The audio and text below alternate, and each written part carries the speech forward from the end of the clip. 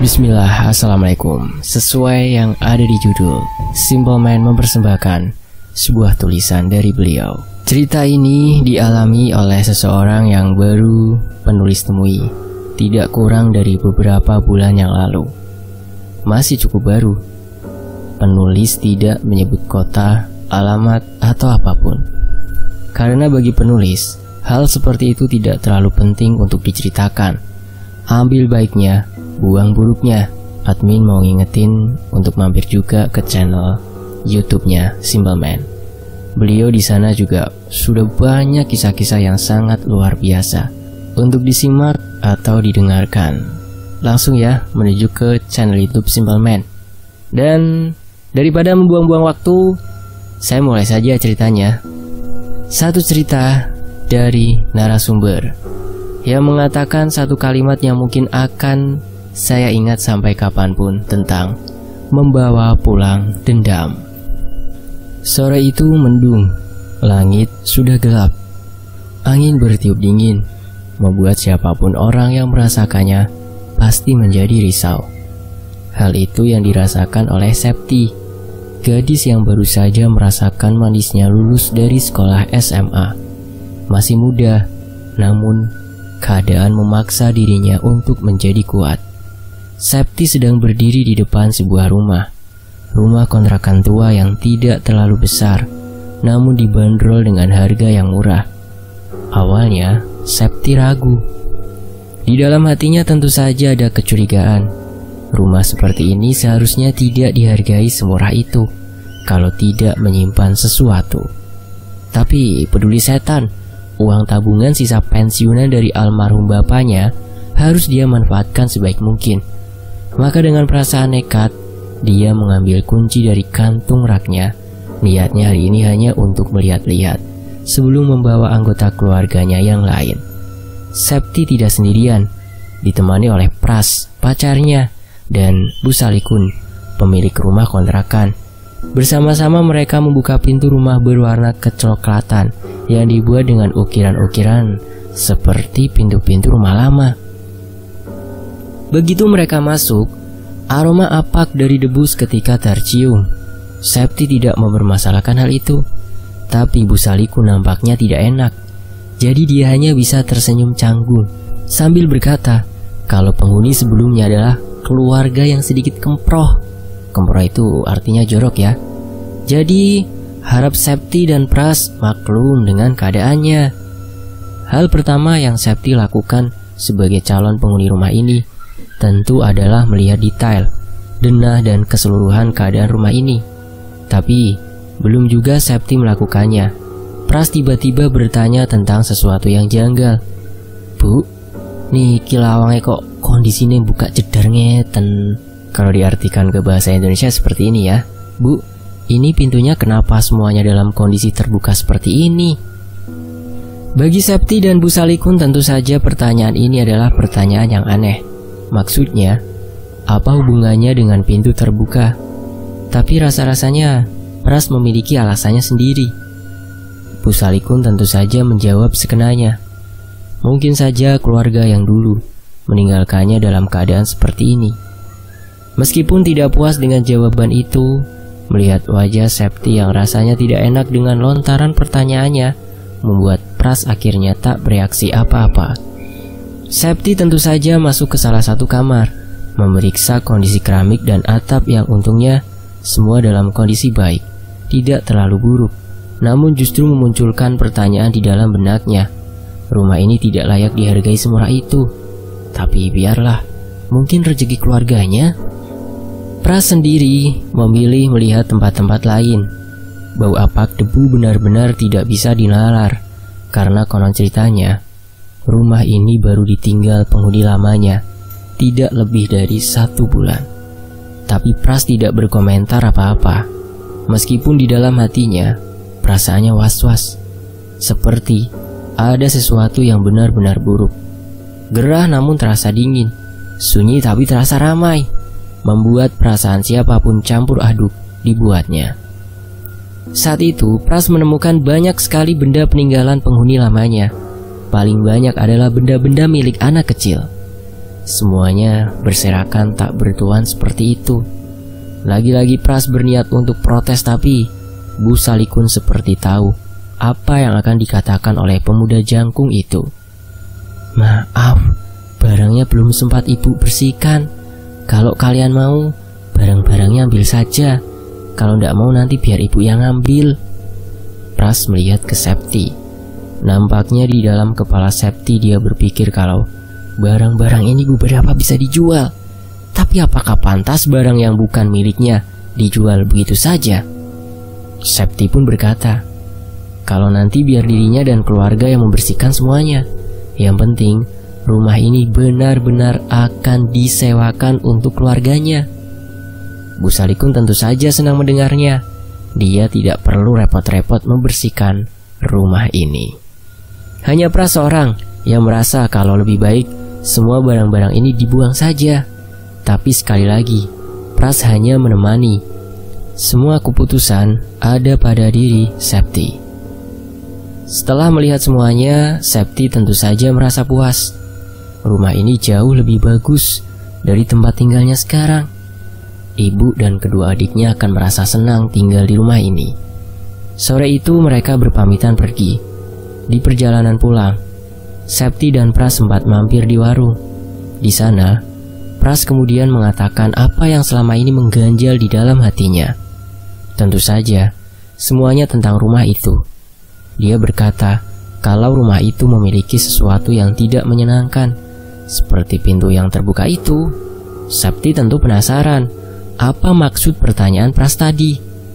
Pras menceritakan kalau orang Jawa itu tidak boleh membiarkan pintu dalam kondisi terbuka, apapun yang terjadi. Dan lagi, pintu-pintu yang dibuat dari kayu jati dengan engkel yang masih baik biasanya akan tertutup dengan sendirinya jika posisi pintu bisa terbuka seperti itu. Apalagi kalau semua tempat yang berpintu dalam posisi terbuka seperti itu. Bukanlah hal ini tidak bisa diterima oleh nalar. Karena pada dasarnya, di rumah manapun, manusia tidak pernah tinggal sendirian. Yang membedakannya adalah seberapa agresif penghuni rumah tersebut.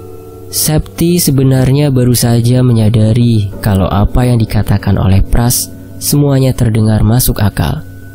Bahkan dia sebenarnya sempat merinding di beberapa tempat, terutama ruangan di tengah yang entah kenapa lebih gelap dari ruangan-ruangan lain. Tapi, apa masuk akal kalau hanya karena perkara gaib? Dia dan keluarganya gagal tinggal di tempat yang lebih layak. Tapi kemudian Pras merasa kalau dirinya lah tidak sepenuhnya melarang Septi untuk tinggal di sana.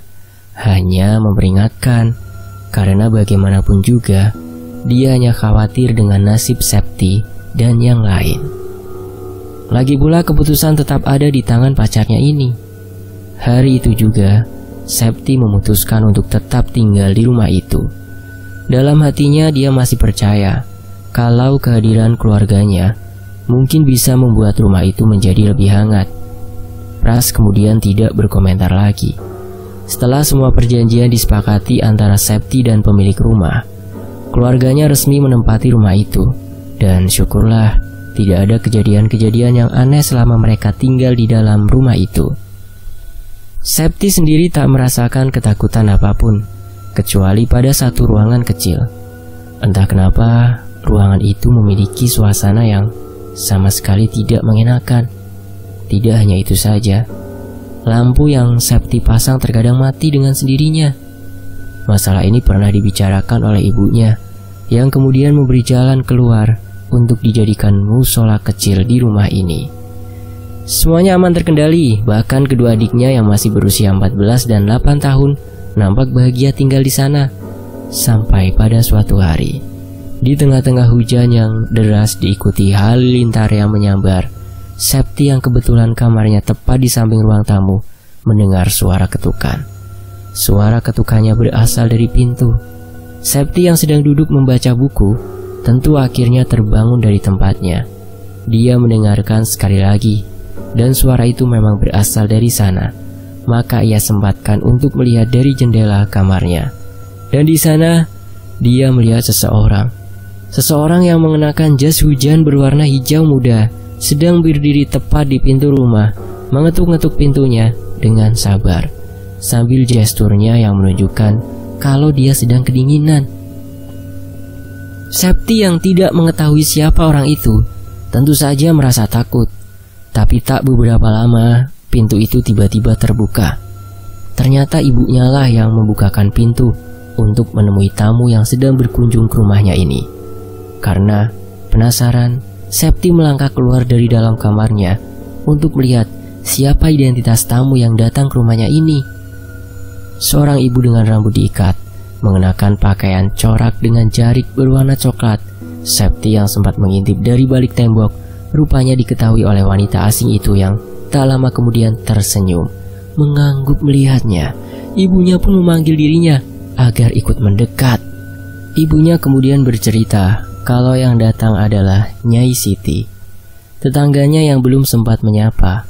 Dia kesini hari ini untuk memberikan kue lapis dan sejumlah jajanan pasar, karena rasanya tidak etis untuk seorang tetangga tidak menyapa dalam kurun waktu yang selama ini. Septi pun menyambut ramah, dan tentu saja sebagai orang yang paham unggah-ungguh, dia bertanya di mana rumahnya Siti berada. Ada siratan gugup saat mendengar pertanyaan Septi. Sebelum wanita itu kembali bisa mengendalikan dirinya, dia bilang rumahnya berjarak 4 rumah dari sini. Di malam berhujan itu mereka akhirnya membicarakan banyak hal, sampai tiba saatnya wanita itu akhirnya berpamitan pulang.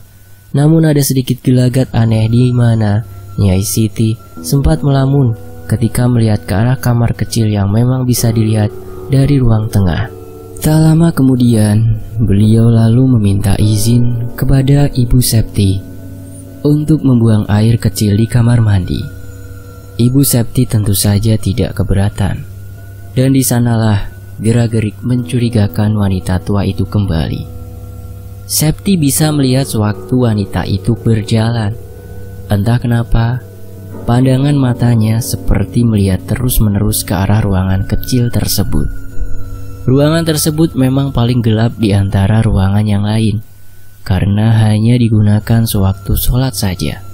Hal ini tentu mengundang banyak pertanyaan, dan setelah dari kamar mandi, wanita itu pun akhirnya berpamitan.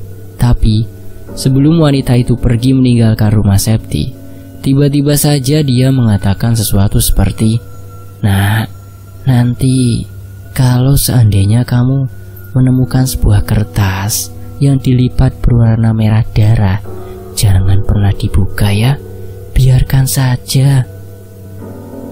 Septi hanya mengangguk canggung.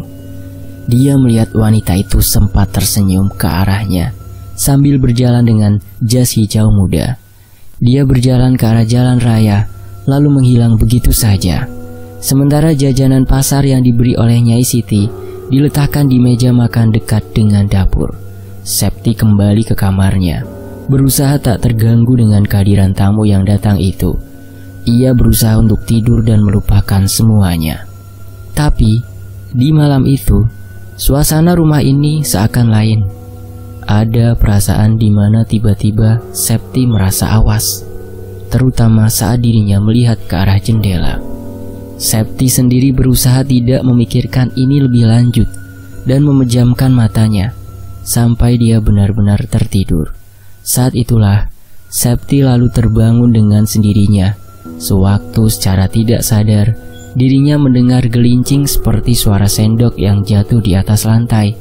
Benar, suara kecil sendok yang jatuh itu tentu saja membuat Septi tergerak untuk melihatnya. Lagi pula, dia ingin membuang air, dan ketika Septi membuka pintu kamarnya, dia bisa melihat meja makan yang ada di samping dapur. Meski lampu dalam kondisi mati, Septi bisa melihat sendok yang tergeletak di atas lantai dengan penutup makan dalam posisi terbuka, menunjukkan kalau ada yang baru saja memakan jajanan pasar. Tanpa berpikiran yang tidak-tidak, Septi lalu menutup kembali jajanan pasar, memungut sendok yang ada di lantai, dan meletakkannya di tempat di mana benda itu seharusnya berada. Dengan melangkah perlahan-lahan, Septi menuju ke kamar mandi. Tapi sejenak, perempuan itu berhenti di depan ruangan kecil.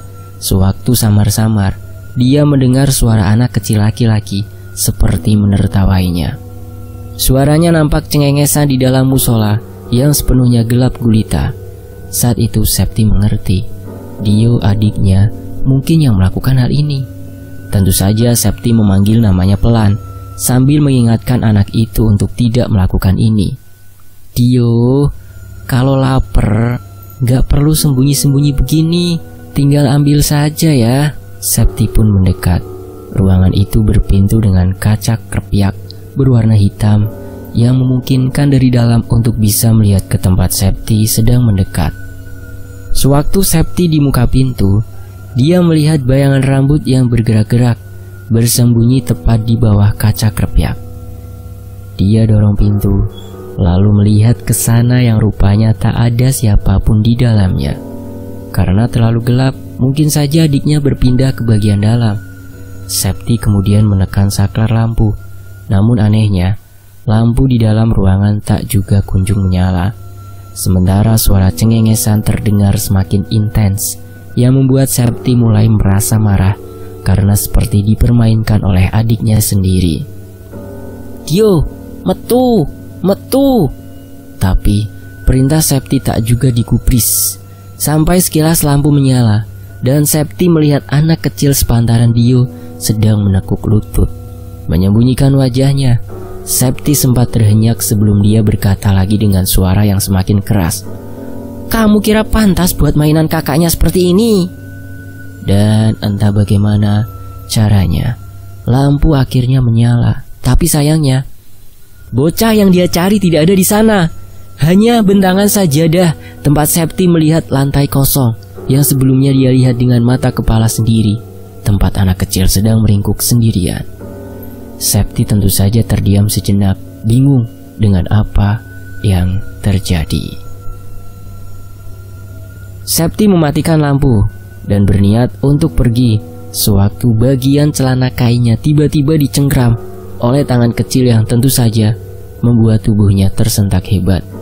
Tangan Septi yang masih tergantung di depan saklar berniat untuk menekannya sebelum suara tertawa cengengesan itu kembali. Septi berhenti sebentar. Ia beristighfar, namun cengkraman itu tak kunjung dilepaskan. Malah siapapun yang ada di belakangnya berkata dalam suara anak-anak yang sangat jelas, "Jangan dihidupkan ya kak, wajahku jelek, jelek sekali. Kamu gak akan kuat kalau melihatku." Dek. Septi tidak menjawab.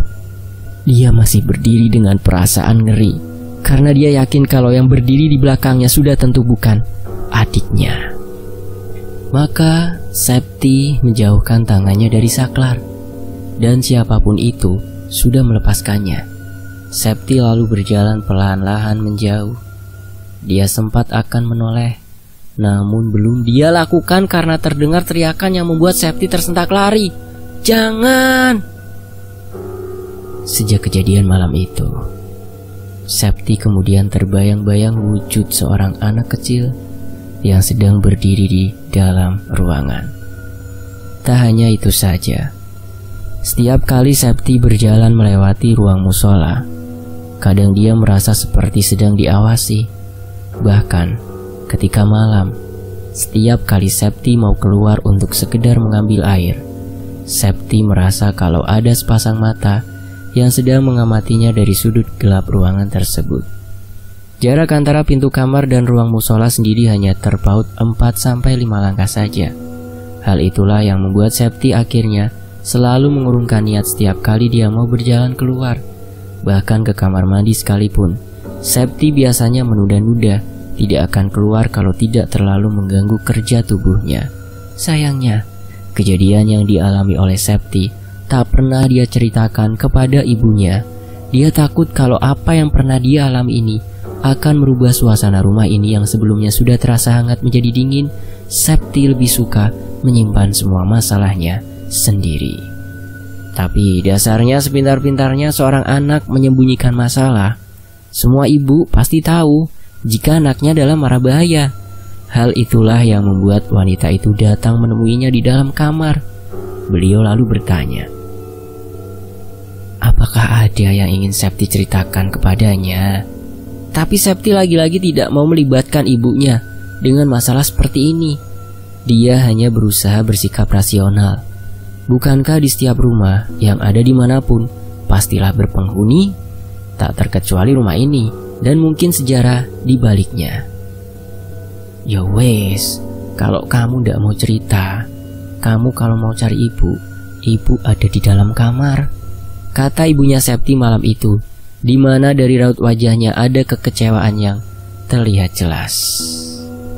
Pada hari-hari selanjutnya, Septi tidak bisa lagi memandang rumah itu seperti rumah yang sama saat dirinya pertama kali menginjakkan kakinya. Karena semakin lama, satu persatu gangguan membuat tubuhnya semakin lama semakin pesakitan. Hal ini pula yang disadari oleh beberapa rekannya. Bahkan pernah di suatu malam, Septi bermimpi tentang rumah ini, di mana dia sedang berdiri di depan pintu kamar milik ibunya. Dari balik pintu itu, Septi mendengar suara orang-orang yang sedang mengaji di dalamnya. Namun Septi memahami apa yang sedang mereka baca itu. Doa untuk mayit. Mimpi itu berulang-ulang terjadi dan semakin lama, suara orang yang mengaji itu juga semakin keras. Bahkan ada yang sampai berteriak dalam membacanya doa-doa itu. Sayangnya, Septi tidak pernah berhasil melihat apa yang terjadi di dalam kamar ibunya ini. Sampai belum pernah bagi seorang Septi yang termasuk alim dibuat merinding dengan suasana di rumah ini. Meskipun semua itu hanya terjadi di dalam mimpinya. Hanya Pras, tempat Septi bercerita, dan pemuda itu selalu menasihatinya agar sebelum tidur dia mensucikan kaki, membaca doa. Tapi sayangnya mimpi itu masih seringkali hinggap dan seolah-olah menghantuinya. 3 mimpi yang sama bagi orang Jawa berarti pengingat. 5 mimpi yang sama berarti peringatan. Tapi jika seseorang mengalami 7 mimpi yang sama, petaka sedang sambang di dalam rumah ini. Pada malam yang entah keberapa, Septi masih berdiri di tempat yang sama, di depan pintu kamar ibu, di mana di dalamnya masih terdengar suara orang-orang yang masih mengaji. Tapi mimpi yang ini nampak berbeda, karena tak lama setelahnya derit suara pintu terbuka terlihat di depan Septi. Dan disinilah Septi bisa melihat ruang kamar ibu. Tapi ketika Septi berjalan masuk, tak ditemui satu orang pun yang sedang mengaji di dalamnya. Hanya ruangan kosong tanpa ada siapapun di dalamnya. Lalu, suara siapa yang Septi dengar tadi? Di ruangan yang berukuran tidak terlalu besar itu, Septi kemudian baru menyadari kalau di atas tempat tidur ada sesuatu yang seperti ditutupi dengan selimut berwarna putih. Septi yang penasaran tentu ingin tahu apa yang ada di balik kain putih tersebut. Septi pun mendekat. Septi berjalan sejengkal demi sejengkal, mendekati kain putih yang sedang menutupi sesuatu. Entah kenapa rasanya seluruh badan mendadak menjadi dingin. Tak hanya itu saja, perasaannya seperti tidak karuan dibuatnya. Tapi Septi menguatkan diri. Dia ingin tahu alasan dibalik semua ini. Tinggal sejengkal lagi dan Septi akhirnya berdiri tepat di samping bayang tua itu. Manakala tangan kanannya bergerak merasakan serat kain tersebut, Septi lalu mencengkeramnya kuat-kuat. Dan seketika pintu kamar seperti dibanting, lalu tertutup dengan sendirinya. Dan tak lama kemudian suara orang mengaji kembali terdengar. Hanya saja kali ini berasal dari luar ruangan ini. Kejutan belum selesai sampai di situ, karena tiba-tiba sesuatu yang ada di balik kain berwarna putih itu tiba-tiba bergerak, bergoyang dengan sendirinya, diikuti suara wanita kesakitan. Septi tentu saja melangkah mundur sewaktu mendengarnya. Suaranya seperti orang yang lehernya dicekek. Tak hanya itu saja, bayang tua itu bergoyang semakin hebat. Hanya saja, Septi tidak tahu apa yang ada di dalamnya. Dalam suasana yang begitu mencekam, Septi hanya bisa mengingat saat dia tiba-tiba saja terbangun, sudah dalam kondisi kacau. Begitulah Septi akhirnya membagikan cerita perihal mimpinya ini kepada Pras. Pras hanya bisa bersimpati. Dirinya bukanlah orang yang peka, tapi sadar kalau rumah kontrakan itu sejak awal memang terlihat tidak beres. Pras juga menyarankan Septi agar menceritakan hal ini kepada ibunya. Bagi dia, pada siapa lagi Septi bisa mencari jalan keluar kalau bukan dengan ibunya sendiri. Tapi Septi ragu. Dia juga tidak mau dianggap aneh hanya karena perkara gaib. Pras pun mengalah. Sejak saat itu, setiap kali Septi mau masuk ke dalam kamar, dia selalu berhenti melihat ke angin-angin yang ada di atas pintu kamar ibunya. Septi baru saja menyadari kalau sejak awal dia belum pernah masuk ke dalam kamar ibunya, kecuali dalam mimpi tersebut. Selama ini, Septi sebagai anak pertama memang membutuhkan space untuk sendiri. Itulah sebabnya kedua adiknya mengalah dan tidur bersama dengan ibunya di satu kamar yang sama. Namun semenjak kejadian buruk yang beruntun ini terjadi, Septi menjadi penasaran dengan isi kamar ibunya. Di suatu sore yang mendung, ibunya berpamitan akan keluar bersama dengan kedua adiknya. Septi diminta untuk tetap di rumah. Tepat setelah ibunya pergi, Septi menoleh melihat ke kamar ibunya. Hari ini dia ingin masuk dan melihat-lihat tempat itu. Entah udara yang waktu itu terasa dingin tak menyurutkan niat Septi melangkah masuk melewati pintu kayu berwarna coklat tersebut. Manakala ketika dia melihat keseluruhan ruangan ini rupanya sama persis dengan apa yang dia lihat, bahkan tempat bayang tua itu berada. Septi memperhatikan setiap detail ruangan ini, lebih kecil dari kamarnya. Tak hanya itu saja, karena tempatnya ada di belakang, maka udara pengap ruangan ini begitu terasa. Sempat tersirat pertanyaan, kenapa ibunya tidak meminta dia bertukar kamar, karena ruangan ini lebih cocok digunakan untuk satu orang, sedangkan kamar miliknya jauh lebih luas. Septi pun memperhatikan tempat tidur tua itu. Guratan tiangnya sama seperti yang dia lihat dalam mimpi. Itu artinya benda ini dimiliki pemilik kontrakan. Namun apa yang ada di balik kain putih itu? Septi tidak mengerti. Tempat tidur tua itu kini diisi kasur yang dibalut sprei bermotif bunga. Dan dari penglihatan Septi, tidak ada yang janggal dengan ruangan ini, selain lebih pengap dan lebih sunyi karena jauh dari jalan utama. Septi pun berniat pergi, karena bagaimanapun ruangan ini membuatnya tidak nyaman. Namun sebelum Septi melangkah keluar dari dalam ruangan itu, tiba-tiba dia berhenti lalu menoleh ke guratan tiang ranjang sekali lagi. Dan entah perasaan apa ini, Septi lalu kembali mendekatinya. Setelah melihat tiang kayu penyangga tempat tidur tua itu sekali lagi, Septi lalu menunduk. Dia mencoba melihat apa yang ada di bagian bawah tempat tidur tua tersebut. Namun Septi tidak bisa melihatnya dengan jelas karena ruangan itu lebih tembaram. Septi pun memutuskan untuk tidur tengkurap, lalu merangkak masuk ke kolong bayang tua tersebut. Untungnya dia bisa melakukannya. Tak lama kemudian, Septi menemukan sebuah kain berwarna putih yang disumpal di sela-sela bambu bayang bagian bawah. Bayang di sini itu tempat tidur ya teman-teman ya. Dan dengan posisi yang serba sulit itu, Septi mengganti posisinya. Kini dengan tidur terlentang, ia kemudian merobek kain putih itu yang seperti mengganggu sela-sela bayang. Tapi betapa terkejutnya Septi setelah menarik paksa kain putih itu, dia menemukan sebuah kertas berwarna merah muda dengan coretan-coretan tinta merah tua. Coretan itu membentuk aksara Jawa atau orang biasa melihatnya seperti bahasa Arab. Tapi Septi tahu kalau ini bukan tulisan Arab biasa.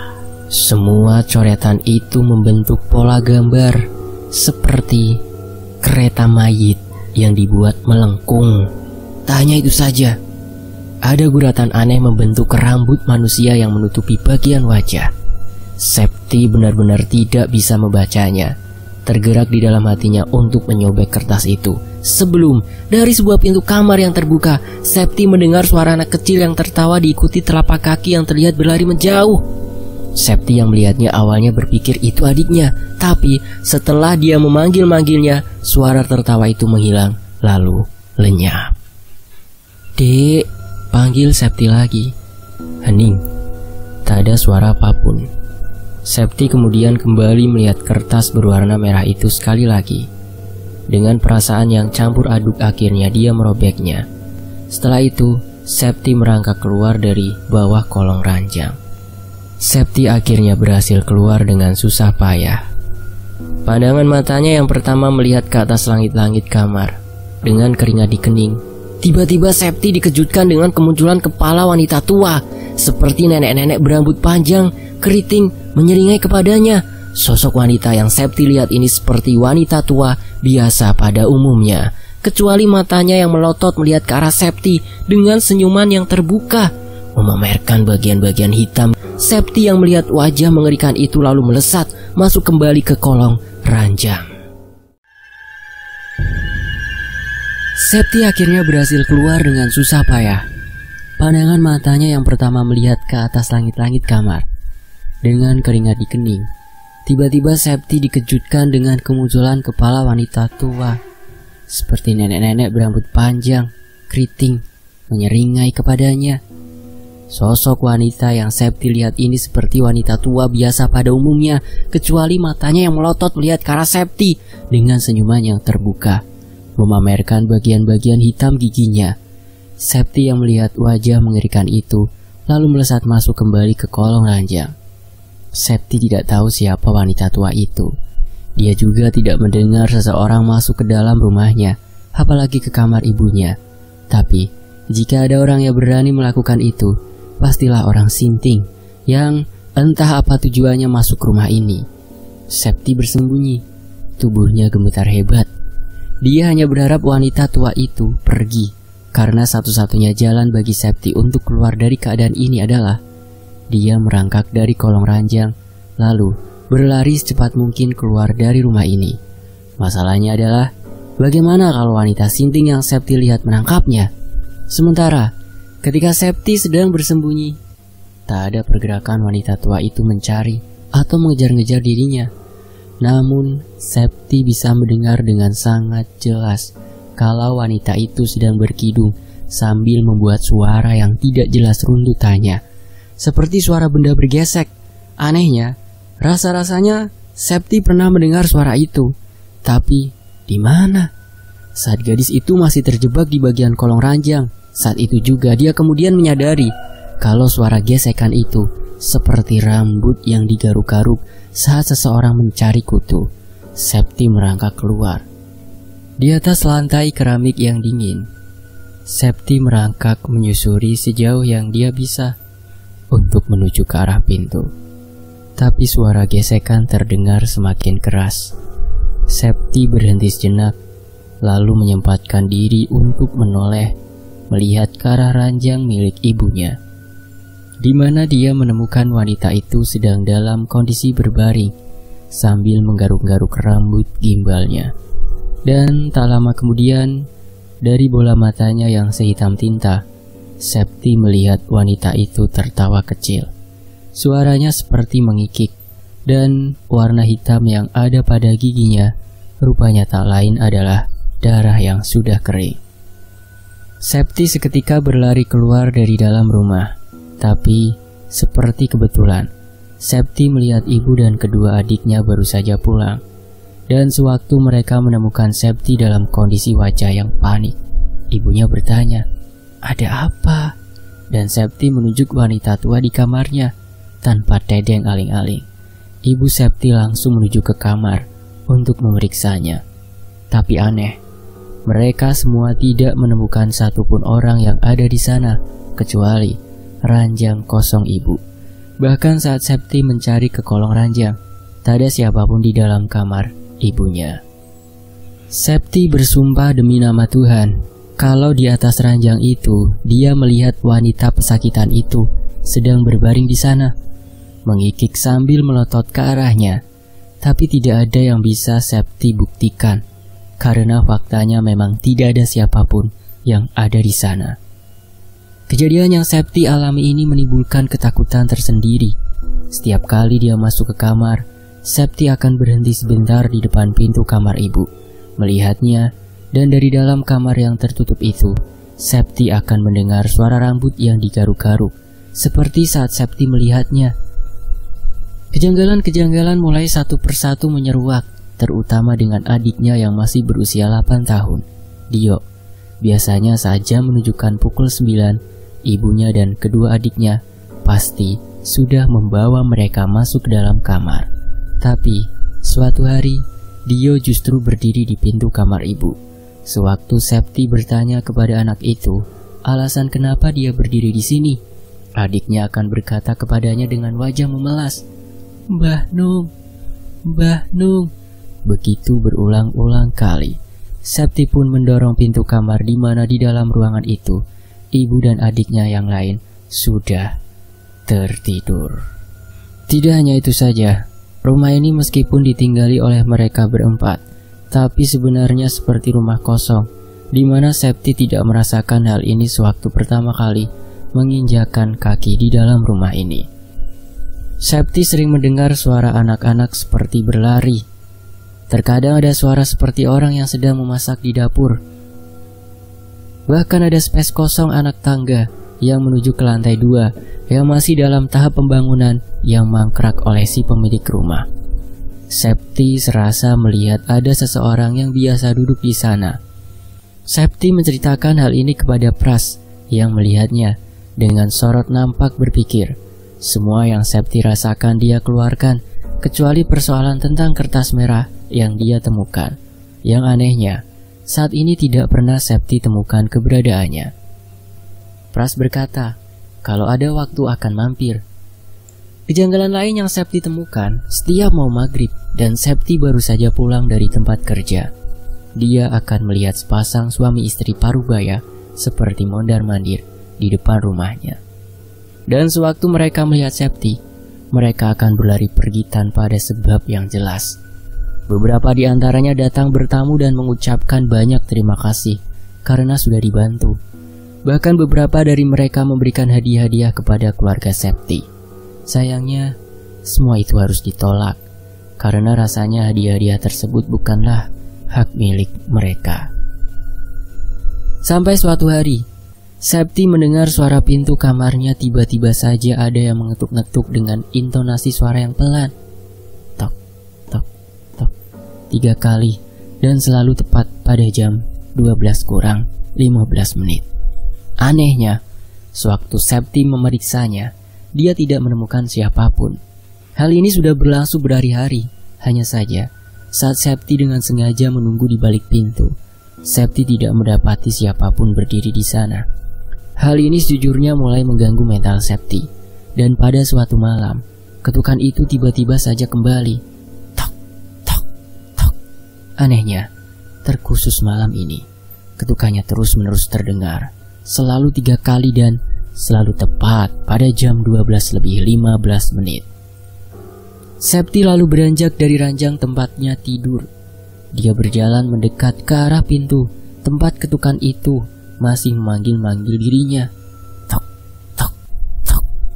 Tak lama, Septi menarik pintu itu perlahan-lahan dan lagi-lagi tidak ada siapapun yang Septi lihat. Kecuali pintu gudang yang ada tepat di bawah anak tangga tiba-tiba saja terbanting dengan sendirinya. Dar! Membuat Septi terhenyak sebelum menutup kembali pintu kamarnya. Keesokan paginya, Septi baru saja menyadari kalau dia belum pernah sekalipun menyentuh ruangan yang mungkin seukuran dengan tubuhnya itu. Bahkan bisa lebih sempit. Septi membukanya perlahan-lahan dan menemukan banyak sekali barang-barang usang tersimpan serampangan di dalam sana. Kaleng biskuit sampai perentelan sepeda lengkap carut-marut dimasukkan dengan paksa. Septi kemudian membongkarnya satu persatu. Dari apa yang dia lihat kemungkinan barang-barang ini milik penghuni sebelumnya. Masalahnya, Septi tidak tahu keluarga yang mana pemilik benda-benda ini. Karena pastinya rumah ini sudah pernah ditinggali oleh beberapa keluarga sebelum dirinya ini. Tidak ada yang aneh. Selain barang-barang gudang biasa, tidak sampai Septi menemukan bingkai foto milik keluarga sebelumnya, di mana seorang wanita tua berpose dengan kain jarik lengkap dengan kebaya berwarna putih. Wajahnya murung dengan garis muka yang familiar. Septi lalu membongkar semakin jauh ke dalam, dan di sanalah Septi menemukan sesuatu. Seperti peti kayu seukuran meja persegi, di mana saat benda itu dibuka, Septi mendapati tumpukan kertas lipat. Septi kemudian menarik paksa peti persegi itu dengan susah payah. Merasa janggal dengan peti-peti kayu itu, Septi lalu mengambil satu kertas dari ratusan atau ribuan yang dimasukkan di dalamnya. Dan sewaktu Septi memeriksanya, dia menemukan kertas yang sama, persis dengan kertas berwarna merah yang pernah dia temukan. Hanya saja, di lipatan kertas-kertas itu, Septi menemukan potongan rambut yang aneh di dalam kertas-kertas itu. Bahkan di antaranya, ada bagian-bagian tubuh lain seperti gigi manusia. Semuanya ada di dalam lipatan kertas mengerikan itu. Detik itu juga Septi menghubungi Pras, dan laki-laki itu berkata akan segera datang. Septi baru tahu kalau kertas-kertas itu ditulis dengan sesuatu seperti bahasa Arab. Hanya saja berbeda. Orang menyebutnya raja, dan tidak ada yang tahu tujuan dibuatnya raja selain si pembuatnya. Di siang bolong itu, Septi kemudian menyadari sesuatu. Apakah mungkin kalau keluarga sebelumnya adalah pembuat raja-raja ini? Lalu apa arti dari potongan rambut-rambut dan gigi yang ada di dalamnya? Pras baru tiba saat sore hari. Dia kemudian melihat satu persatu benda tersebut tidak salah lagi. Pras juga mengatakan hal yang sama. Dia kemudian menyarankan agar Septi menyimpannya lebih dahulu. Tidak ada yang tahu efek dari benda itu, manakala ketika mereka berdua sedang serius membicarakan hal ini. Septi kemudian baru menyadari kalau sejak tadi ibunya dan kedua adiknya belum keluar dari dalam kamar. Septi yang kemudian merasakan firasat yang tidak enak, lalu mendekat menuju ke pintu kamar ibunya.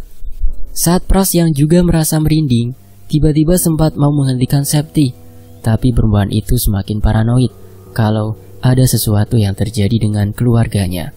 Maka dia kemudian mengetuk pintu kamar ibunya. "Bu, Ibu, Dio, Andre, Bu, Septi masuk yo." Dan ketika Septi mendorong pintu kamar tersebut, dia menemukan ibunya sedang tidur mendekap kedua adiknya dalam posisi yang ganjil, di mana Dio yang berusia 8 tahun tengkurap dengan posisi seperti orang mati. Pras juga merasakan ada yang salah dengan keluarga Septi. Maka mereka kemudian mendekat bersama-sama. "Bu, Ibu." Pras yang berjalan di belakang Septi tiba-tiba bernafas dengan berat. Dia seperti merasakan kalau ruangan ini lebih pengap dari biasanya. Sementara semua keluarga Septi dalam kondisi mata terpejam. Ketika Septi sudah berdiri di samping ranjang, dia seketika menggoyang-goyangkan tubuh ibunya. Tapi wanita itu tak bergerak sama sekali. Bingung dengan apa yang terjadi, Septi melihat Pras yang juga kebingungan dengan apa yang sebenarnya terjadi dengan mereka saat tak lama. Kedua adik Septi melirik dengan mata terbuka, lalu tersenyum menyeringai melihat Septi dan Pras, yang diakhiri dengan ibunya tertawa terbahak-bahak. Hanya saja, tawa itu adalah tawa yang sama yang Septi dengar dari sosok wanita tua yang pernah dia lihat di dalam kamar ini. Namanya Ibu Nuri. Sejak kematian mendiang suaminya, beliau bertahan hidup dengan berjualan jajanan di pasar dari modal uang tabungan. Untungnya, Septi lulus sekolah tepat waktu, sehingga Bu Nuri hanya perlu memikirkan biaya pendidikan dua putranya, dan lagi dia dibantu oleh Septi. Sejak pertama kali Bu Nuri diberitahu oleh Septi perihal rumah yang akan mereka kontrak ini berharga jauh lebih murah, Bu Nuri sempat ragu. Sebagai orang yang sudah merasakan pahit manis kehidupan, harga di bawah standar patut dicurigai. Namun melihat keadaan keuangan yang tidak terlalu baik, Bu Nuri akhirnya setuju. Yang terpenting bagi dirinya sekarang adalah anak-anaknya memiliki tempat bernaung yang layak. Tapi Bu Nuri tidak akan melupakan pengalaman pertama saat beliau menginjakkan kaki pertama kali di rumah kontrakan ini. Waktu itu azan maghrib berkumandang. Kedua putranya ada di ruang tengah bersama dengan putrinya. Iya, Septi biasa mengajari kedua adik-adiknya di sela-sela kepulangannya selepas kerja. Bu Nuri berada di kamar sendirian. Beliau sedang sibuk melipat baju. Saat tiba-tiba dari almari tua yang ada di sudut ruangan, Bu Nuri melihat sebelah pintunya bergerak-gerak sendiri, membuka dan menutup sendirian. Bu Nuri yang merasakan keanehan itu kemudian datang mendekat untuk memeriksa. Beliau takut kalau ada tikus di dalamnya. Tapi anehnya, suasana di dalam kamar mendadak tidak enak. Bu Nuri merasa kalau keputusan untuk memeriksa bagian dalam almari adalah keputusan yang salah. Tapi Bu Nuri sudah menjajakan kaki di lantai. Rasanya kepalang tanggung kalau dia urungkan. Berbekal niat, Bu Nuri mendekat. Sampai di dekat almari tua itu, Bu Nuri mendengar seperti ada suara yang menghela, menghembuskan nafas. Suaranya menyerupai suara anak kecil. Bu Nuri berpikir kalau mungkin saja itu Dio anaknya. Sehingga cepat-cepat Bu Nuri memeriksanya. Dan di sanalah Bu Nuri untuk pertama kali melihat seorang anak kecil yang kesemua kulitnya putih seperti tepung. Posisi anak itu meringkuk tepat di bagian bawah almari, terhalang baju-baju yang digantung. Ibu Nuri awalnya hanya bisa mematung sewaktu melihatnya, namun semakin lama beliau penasaran. Ditepuklah pundak bocah itu. Dan sewaktu bocah itu mengangkat wajahnya, barulah Bu Nuri tahu wajahnya tak memiliki kulit pelapis selain bagian daging dalam yang berlumuran darah. Tapi bola matanya masih utuh dengan menunjukkan bagian-bagian potongan giginya yang masih terpasang di tempatnya.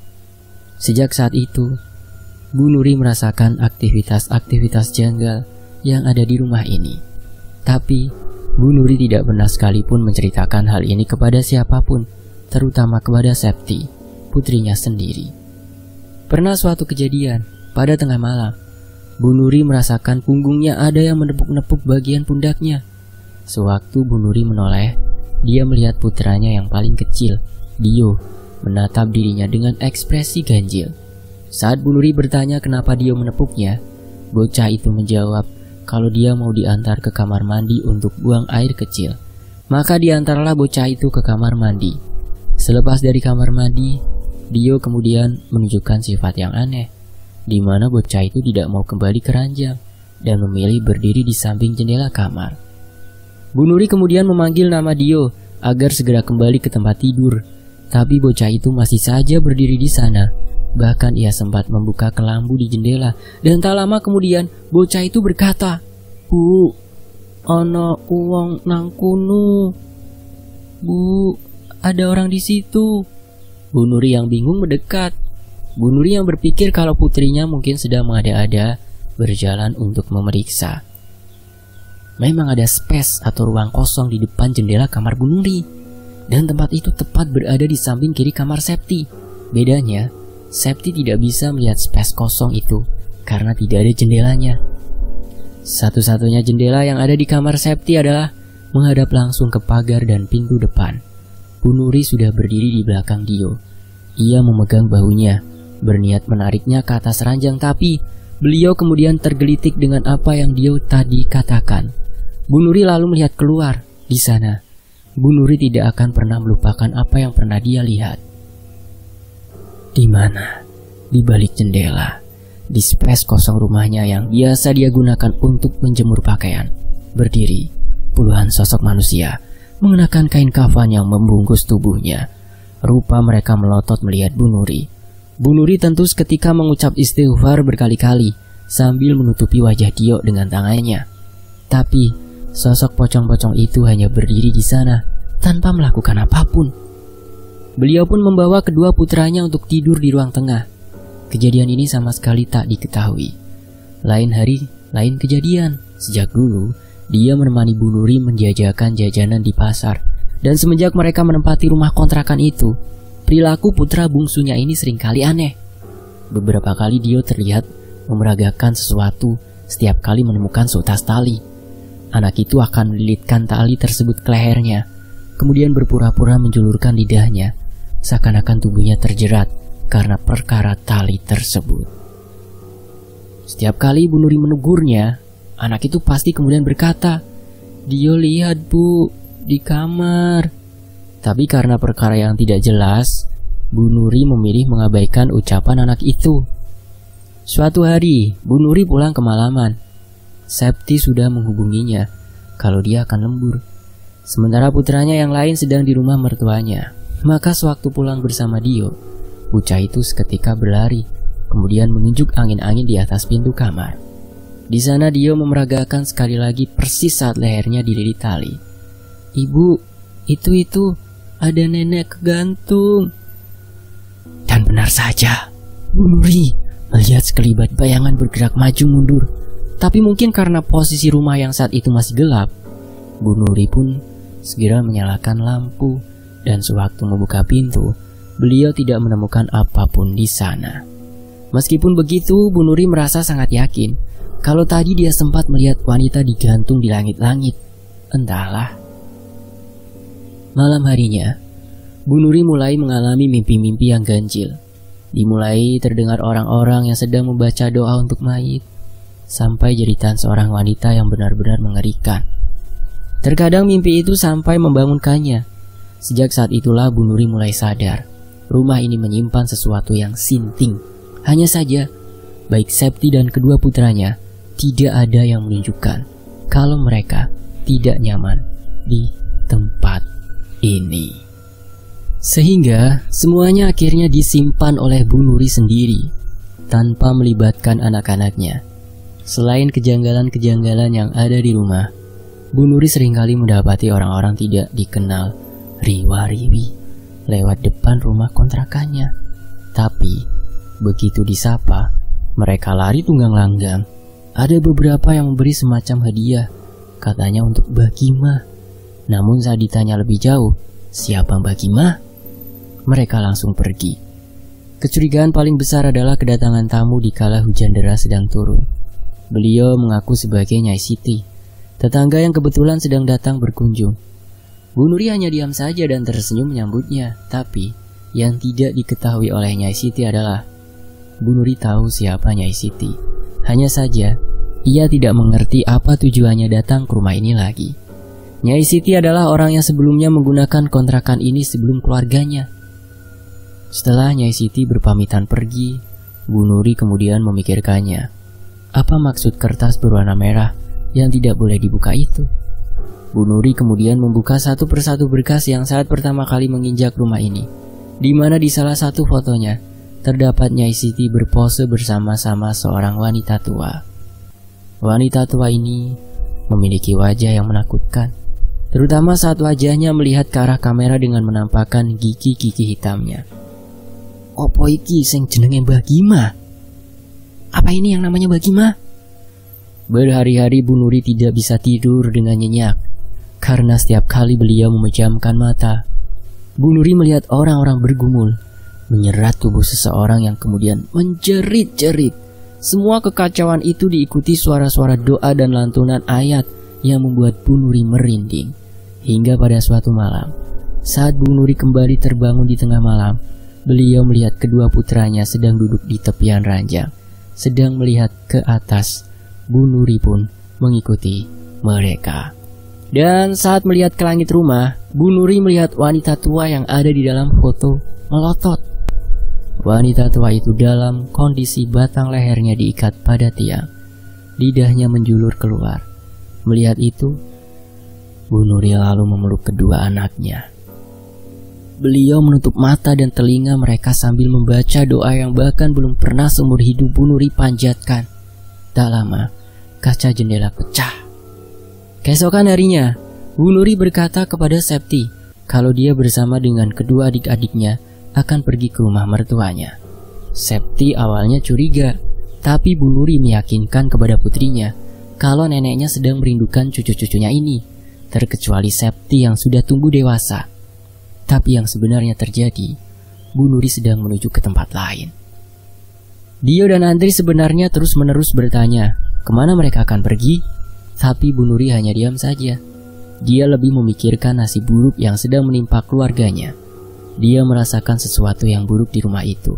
Sampailah mereka di sebuah rumah sederhana di samping jalan. Rumah itu dimiliki oleh seorang pemilik pesantren, teman almarhum suaminya. Anehnya, entah kebetulan atau bagaimana, pria yang biasa dipanggil Pak Haji ini jarang sekali berada di rumah. Tapi pada hari itu, beliau duduk-duduk santai di teras rumah. Bu Nuri segera mendekat dan langsung disambut hangat. Hal pertama yang dikatakan oleh Pak Haji adalah, "Hari ini burung saya tidak berhenti bersuara. Jadi saya duduk di sini mengawasinya. Tidak saya duga rupanya itu pertanda kalau saya kedatangan tamu dari orang yang saya hormati. Monggo Bu, ada gerangan opo jenengan bertamu teng griya kula?" Bu Nuri kemudian menceritakan semuanya satu persatu, dan Pak Haji nampak mendengarkannya dengan serius cerita Bu Nuri. Ada sesuatu yang rupanya juga beliau rasakan. Setelah mendengar semua ceritanya, Pak Haji kemudian memberi nasihat. "Mulai nanti, Bu Nuri sholatnya di kamar saja ya. Lalu begini, saya baru bisa berkunjung mungkin 4 hari lagi. Karena besok saya harus keluar kota. Jangan takut pada makhluk apapun ya Bu. Tidak ada yang lebih sempurna dari kita, manusia. Tapi Bu, kalau boleh saya minta tolong, bisa bawakan ini ke rumah itu?" Pak Haji kemudian masuk ke rumah. Tak lama beliau keluar dengan sebutir telur. "Letakkan ini di dalam lemari nggih Bu. Besok paginya telurnya dipecahin di depan jendela kamar." Bu Nuri lantas bertanya, "Apa tujuan telur ini?"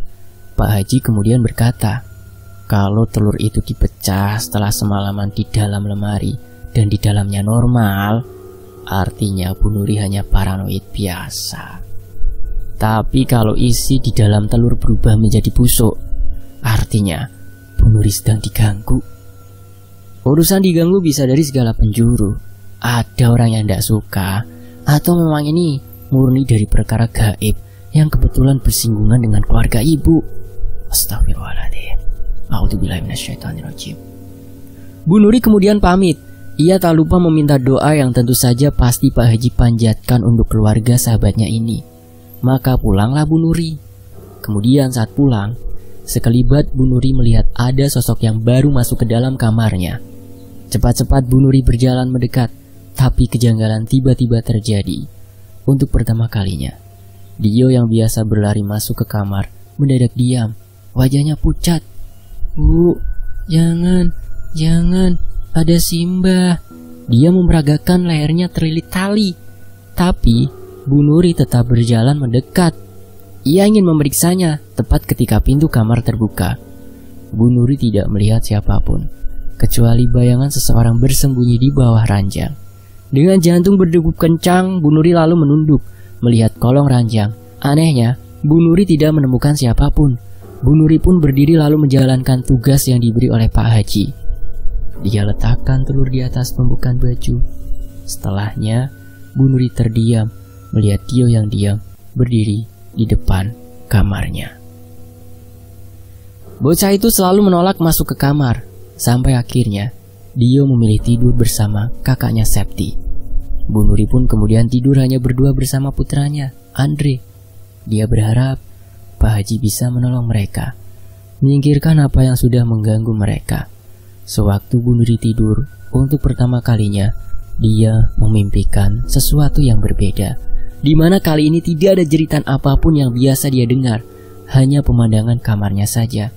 Di mana saat Bu Nuri berjalan mendekat, dia melihat kalau di atas ranjangnya ada wanita tua sedang tidur.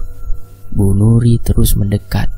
Ketika jarak mereka terpaut 1 jengkal, wanita tua itu berbalik hanya saja badannya tak bergerak sedikit pun dari tempatnya, terkecuali kepalanya yang menoleh dengan leher seperti patah, di mana wanita tua itu melihat kepalanya berputar 180 derajat. Bu Nuri lalu menjerit sekeras-kerasnya. Dia benar-benar bisa gila. Wanita yang baru saja dia lihat adalah wanita yang sama yang ada di dalam foto bersama dengan Nyai Siti, Mbah Kima. Bu Nuri lalu tersadar, hari sudah siang. Maka ia mau memeriksa telur pemberian Pak Haji. Saat beliau membuka almari, Bu Nuri dibuat terdiam sewaktu beliau melihat telur itu sudah dalam kondisi pecah. Hanya saja, dari bekas telur yang sudah pecah itu terdapat bekas pecahan darah berwarna merah kehitam-hitaman. Seketika Bu Nuri sadar, rumah ini benar-benar menolak mereka. Dan hari itu juga dengan menggunakan pakaian seadanya Bu Nuri pergi mengunjungi Pak Haji. Tapi aneh, tidak ada seorang pun di rumah beliau.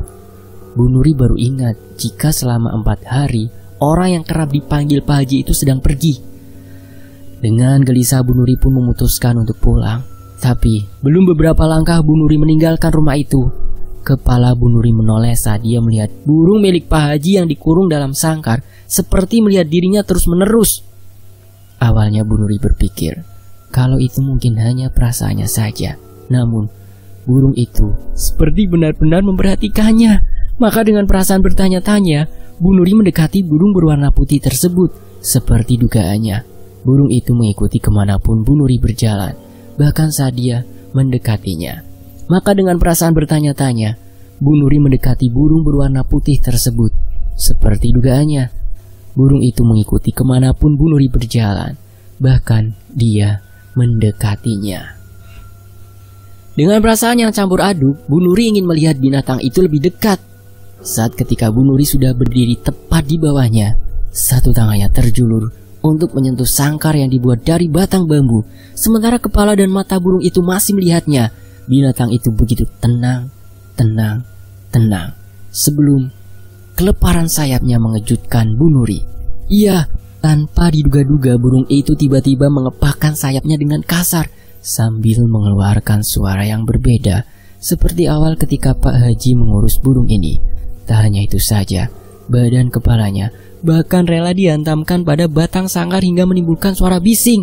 Bu Nuri yang tersentak karena perubahan sifat binatang itu hanya bisa mundur sambil memperhatikan binatang itu seperti ingin menyiksa dirinya sendiri. Tak lama kemudian, sangkar itu terhantam jatuh dan membuat kerusakan fatal. Sementara burung itu terkelapar tak berdaya. Melihat kegilaan itu, Bu Nuri mendekat, melihat bagaimana kondisi peliharaan milik Pak Haji. Ada ketakutan di dalam dirinya mengenai bagaimana Pak Haji nanti kalau tahu apa yang terjadi di sini. Seperti yang Bu Nuri duga, binatang itu hanya bisa diam saat Bu Nuri menyentuhnya. Sepertinya tenaga binatang itu sudah habis.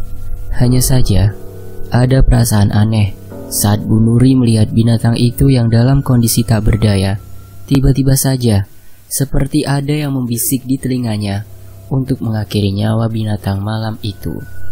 Perasaan itu terus-menerus bertambah kuat hingga pada akhirnya di genggaman tangan Bu Nuri tanpa ada sebab yang jelas, Bu Nuri kemudian mematahkan leher binatang yang tak lebih besar dari telapak tangannya. Setelah itu barulah Bu Nuri sadar akan perbuatannya. Dengan perasaan semakin gelisah, Bu Nuri meninggalkan rumah itu. Di dalam bus ketika perjalanan pulang, Bu Nuri merasa semakin ganjil dengan tubuhnya. Sejak tadi, dia merasa sendirian, padahal di dalam bus ramai orang duduk di sekitarnya. Hanya ada suara-suara orang yang membisikinya dalam bahasa Arab yang lembut. Anehnya, hanya Bu Nuri yang mendengar di tengah kegelisahan itu. Bu Nuri baru menyadari kalau rupanya tak jauh dari tempat dia duduk ada seorang pria tua. Seusia dengan bapaknya duduk sambil bersendekap. Pria tua ini sejak tadi memperhatikannya. Bahkan sorot matanya tak bergerak sama sekali. Ia terus memandanginya. Entah sudah berapa lama sejak dari rumah Pak Haji, pria tua yang memiliki rambut keputih-putihan karena usia itu masih memperhatikannya.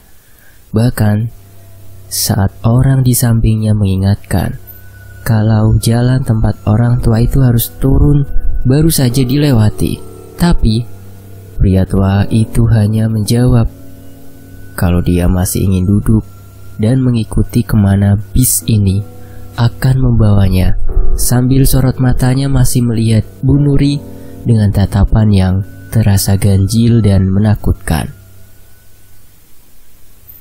Tinggal beberapa ratus meter lagi Bu Nuri harus turun. Tapi dengan kondisi seperti ini rasanya berbahaya kalau Bu Nuri turun di dekat rumahnya. Maka untuk menghindari hal-hal yang tidak diinginkan, wanita parubaya itu meminta bus berhenti tepat di antara jalan desa. Untungnya Ketakutan kalau pria tua itu ikut turun tidak terjadi, karena setelah Bu Nuri menginjakkan kakinya di tanah, pria tua itu hanya melihat dirinya dari balik kaca bus sambil menganggukkan kepalanya, seolah sedang menyapa dirinya. Bu Nuri pun buru-buru pulang ke rumah. Hanya saja, rasa lega karena mengira terbebas dari pria tua asing itu tak bertahan lama, karena tak lama kemudian, di depan rumah Bu Nuri sudah berdiri pria tua yang sama yang Bu Nuri lihat di dalam bus tadi. Kali ini, pria tua asing itu melihat rumah Bu Nuri sembari hidungnya mengendus. Awalnya Bu Nuri ingin mengusirnya, tapi melihat pria tua itu yang memperkenalkan dirinya terlebih dahulu dan menjelaskan niatnya kalau ada sesuatu yang hitam mengikuti Bu Nuri dan kelak akan membahayakan orang-orang terdekatnya, maka Bu Nuri pun terpaksa menyambut beliau sebagai tamu.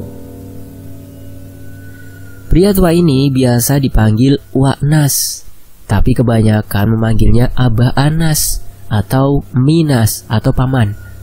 Rambutnya panjang dengan dominan uban putih, mengenakan pakaian putih kusam seperti pengemis. Saat berjalan, ia dibantu tongkat kayu jati. Tidak ada yang istimewa dari orang ini, kecuali sorot matanya yang tajam, seperti seseorang yang pemarah. Hanya saja, saat berbicara rupanya beliau memiliki suara yang lembut, terkesan ramah. Hal inilah yang membuat Bu Nuri akhirnya mempersilahkan beliau masuk ke dalam rumah. Minas meminta maaf kalau perlakuannya tadi terkesan tidak sopan dan membuat Bu Nuri ketakutan.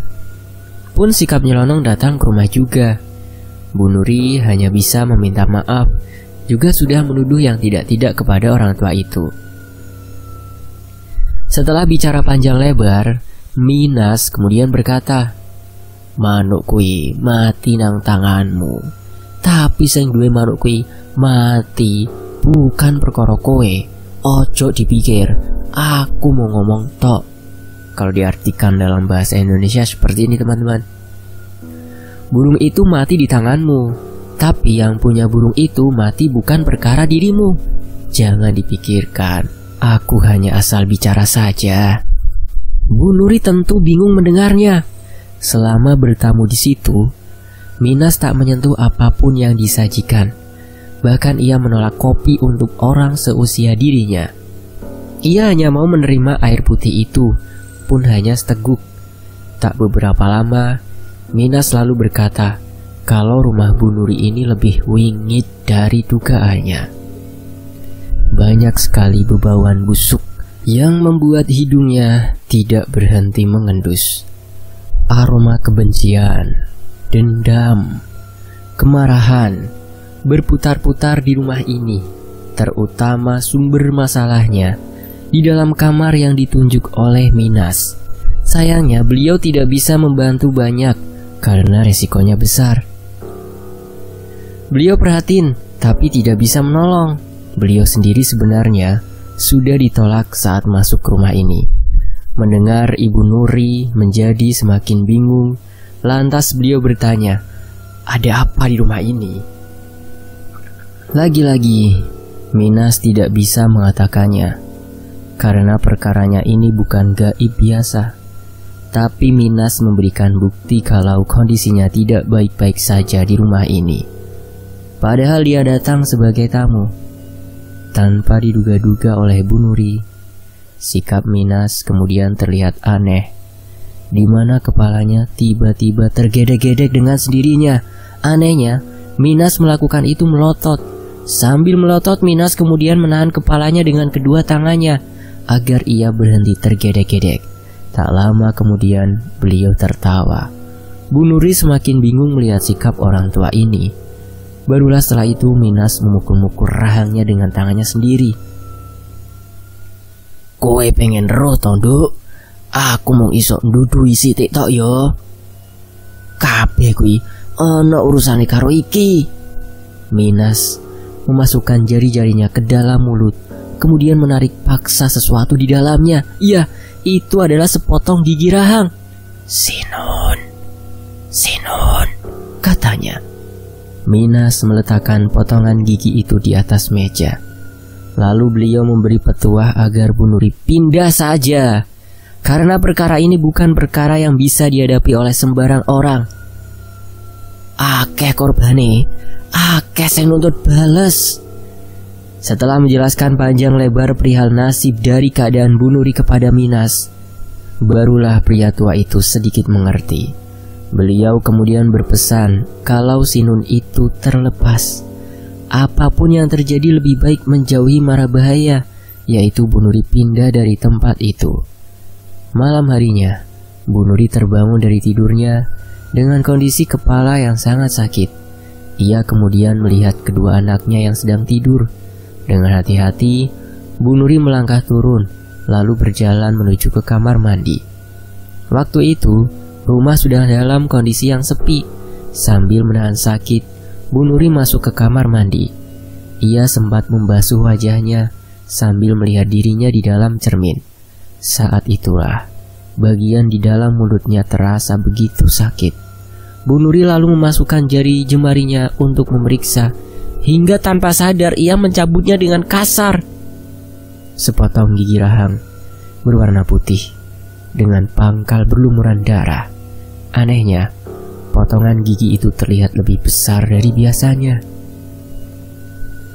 Bu Nuri meletakkan potongan gigi pada sisi bagian bak mandi sebelum berkumur untuk membuang darah yang tersisa. Setelahnya ia kembali bercermin. Namun di sana Bu Nuri melihatnya. Beliau melihat Mbah Gimah sedang bergelantungan di belakang tubuhnya. Wanita tua mengerikan itu melotot melihat Bu Nuri sambil menganga dan menunjukkan isi di dalam mulutnya yang dipenuhi gigi-gigi manusia. Bu Nuri kembali ke kamar, tapi ia tiba-tiba terdiam sangat lama memandang kedua anaknya yang sedang tertidur di atas ranjang. Beliau pun lantas mendekati mereka, mengelus punggung dan kepala mereka lembut sambil menciumi pipi mungil anak-anaknya. Tak lama kemudian, satu anaknya terbangun. Dia si anak tengah. Ia sempat terkejut saat melihat Bu Nuri, tapi anak itu segera beliau tenangkan. Dengan gerakan tangan yang lembut, Bu Nuri memasukkan jari tangannya pada mulut anaknya itu, lalu mencabut satu giginya yang paling ujung. Hal itu pula yang dia lakukan kepada anak bungsunya. Selepas itu barulah Bu Nuri menulis sesuatu dari noda darah yang ada di gusinya, sesuatu yang terlihat seperti Raja Sinun. Ia kemudian membungkus kedua gigi anaknya ke dalam kertas itu, meremasnya sebelum menelanya bulat-bulat. Setelahnya barulah Bu Nuri pergi tidur tepat di antara kedua anaknya yang kini memeluk tubuhnya. Sementara di sekitar ranjang tempat tidurnya, tiba-tiba saja sudah dipenuhi sosok pocong dan mayat mati yang pernah Bu Nuri lihat. Semua makhluk itu membaca seperti kalimat-kalimat Arab. Suara-suara mereka terdengar sangat marah dan membenci Bu Nuri. Tapi Mbah Gimah yang duduk di atas tubuhnya tertawa-tawa sambil menggaruk-garuk rambutnya. Detik itu juga, Septi dan Pras akhirnya meminta tolong kepada tetangga-tetangga yang ada di kanan kiri rumah, termasuk mendatangi rumah Pak RT yang saat itu sedang melihat wajah mereka dengan sorot mata terbelalak. Pak RT tidak pernah menduga ada hal seperti ini di wilayahnya. Menjelang maghrib sudah banyak warga yang berkumpul di rumah kontrakan milik Septi. Ada yang datang dengan niat membantu, ada pula yang sekedar ingin mencari tahu. Mereka semua penasaran dengan apa yang sebenarnya terjadi di rumah bercat warna krem tersebut. Pun termasuk sampai mendatangkan si pemilik rumah, yaitu Bu Salikun, yang rupanya tidak tahu menahu perihal apa yang terjadi dengan Bu Nuri selaku ibunya dari Septi ini, yang kini hanya bisa terbaring di atas ranjang tanpa bisa merespon apapun. Akhirnya sebagai pemecahan jalan keluar, Pak RT memutuskan hanya beberapa orang saja yang diizinkan untuk melihat atau mencari cara agar Bu Nuri yang saat ini matanya dalam kondisi terbuka lebar melotot melihat ke langit-langit bisa lepas dari bayang atau ranjang tempat tidur. Beberapa warga usul untuk mengangkat tubuh Bu Nuri, tapi kedua anak laki-lakinya yang ada di samping beliau seperti menempel satu sama lain. Hal ini tentu saja menyulitkan mereka semua. Bahkan banyak warga yang merasa kalau perkara ini tidak bisa diselesaikan dengan otot. Para tetua desa juga mengaku kalau ini merupakan kali pertama mereka melihat tragedi yang seperti ini. Karena meski mereka sudah lama tinggal di tempat ini sebelumnya, tapi belum pernah terjadi kejadian yang sejanggal ini. Pak RT kemudian meminta bantuan beberapa warga agar dicarikan orang pintar, karena merasa ini sudah di luar kuasanya. Sementara si pemilik rumah, Bu Salikun, juga terlihat gelisah. Ekspresi pada wajahnya diselimuti kengerian saat melihat kondisi Bu Nuri yang nampak begitu menakutkan. Septi kemudian menceritakan semua yang dia tahu dan temukan kepada Pak RT dan Bu Salikun mengenai raja-raja yang tersembunyi di bawah anak tangga. Wajah Pak RT dan Bu Salikun nampak terkejut karena ia tidak tahu menahu tentang barang-barang tersebut. Ini sudah di luar kapasitasnya. Ada apa sebenarnya di rumah ini? Sementara Pras sudah beranjak pulang sejak tadi. Ia berniat memanggil kenalan orang yang mungkin bisa membantu Septi melewati masalah pelik ini. Akhirnya, untuk ketenangan dan agar tidak semakin banyak orang yang tahu masalah ini, Pak RT meminta warga yang tidak berkepentingan untuk pulang. Sementara beliau dan Bu Salikun, juga para orang-orang yang sudah sepuh, untuk tetap tinggal di sini melihat keadaan ke depannya. Sembari mengadakan pengajian mendadak yang saat itu digagas oleh salah satu sepuh desa. Disinilah terjadi sebuah keanehan lain, di mana di tengah pengajian yang khusyuk, sosok Ibu Nuri yang sejak tadi diam saja sembari memeluk kedua anaknya itu, tiba-tiba saja mulai ikut mengaji. Lebih khusyuk, lebih lantang, dan lebih lancar dari bacaan orang-orang yang sudah sepuh. Bahkan kepalanya melotot ke arah orang-orang yang kini melihat dirinya dengan ekspresi wajah ketakutan. "Semua orang bisa membaca kalau cuma begini," kata Bu Nuri. Hal ini tentu saja membuat beberapa orang mendadak menghentikan bacaannya. Mereka mulai ragu dan menolak untuk melanjutkan. Selain itu tercium aroma bau pesing dan anyir darah yang begitu menyengat, membuat satu persatu orang yang ada di dalam rumah akhirnya beranjak keluar. Tepat pukul 9 malam, Pras akhirnya datang bersama dengan seorang laki-laki yang juga terlihat sepuh. Tubuhnya bungkuk, namun nampak seperti orang yang soleh. Ia mengenakan pakaian serba berwarna putih dengan kain sorban terlilit di leher. Pras memanggil beliau dengan kakek. Septi yang melihatnya segera membantu Pras menuntun kakek atau Jit untuk masuk, tapi anehnya Jit justru menolak Septi dengan lembut. Lalu tak lama kemudian Jit meminta agar diambilkan air putih oleh Septi. Katanya beliau sangat haus. Septi pun menuruti apa kata Jit. Ia buru-buru pergi ke dapur untuk mengambil air. Tapi anehnya, Jit masih berdiri di luar pintu pagar, seakan menolak dirinya sendiri untuk menginjakan kaki di atas tanah yang ada di rumah ini. Septi pun menyerahkan gelas berisi air itu kepada Jit. Dan setelahnya, kakek yang mungkin usianya sekitar 70 tahunan itu meminumnya sampai habis. Barulah kemudian orang tua itu mau dituntun bersama-sama masuk ke dalam rumah itu. Hal pertama yang beliau lakukan adalah meminta kepada Pak RT untuk mengantarkan sisa orang yang ada di dalam rumah ini keluar, kecuali Bu Salikun selaku si pemilik rumah. Bahkan Pras juga disuruh pergi keluar. Tidak ada yang tahu alasan kenapa Jit melakukan ini. Meskipun awalnya Pras merasa enggan dengan perintah Jit, namun pada akhirnya dia menuruti apa kata Jit kepada dirinya. Melihat suasana rumah ini benar-benar membuat tidak nyaman siapapun yang ada di dalamnya, sekaligus menjaga aib kalau terjadi sesuatu di luar dugaan mereka. Setelah itu Jit baru berkata kepada Septi, "Duk, kowe ono kertas, jupukno, terus nek iso karo pulpeni yo, Nduk." Septi yang tidak mengerti alasan Jit meminta itu segera melaksanakannya. Di sela-sela Septi mencari barang-barang yang diinginkan oleh Jit, Orang tua yang terlihat seperti kakeknya itu kemudian memandang Bu Salikun dengan senyuman yang tulus, sembari berkata kepadanya dengan nada suara yang lembut, "Dunia manusia itu ada dua. Dunia ini sama dunia di akhirat. Jangan jahat-jahat, karena hati manusia itu lemah. Kalau sudah sakit hati, akan melakukan apa saja untuk bisa membalas sakit hatinya." Meski tidak tahu apa maksud perkataan Jit kepada Bu Salikun, Septi terpaksa mendengarkan. Setelahnya Septi menyerahkan benda-benda itu kepada beliau. Kemudian oleh Jit diberikan kepada Bu Salikun. "Tulis nama orang-orang yang pernah menyewa rumah ini.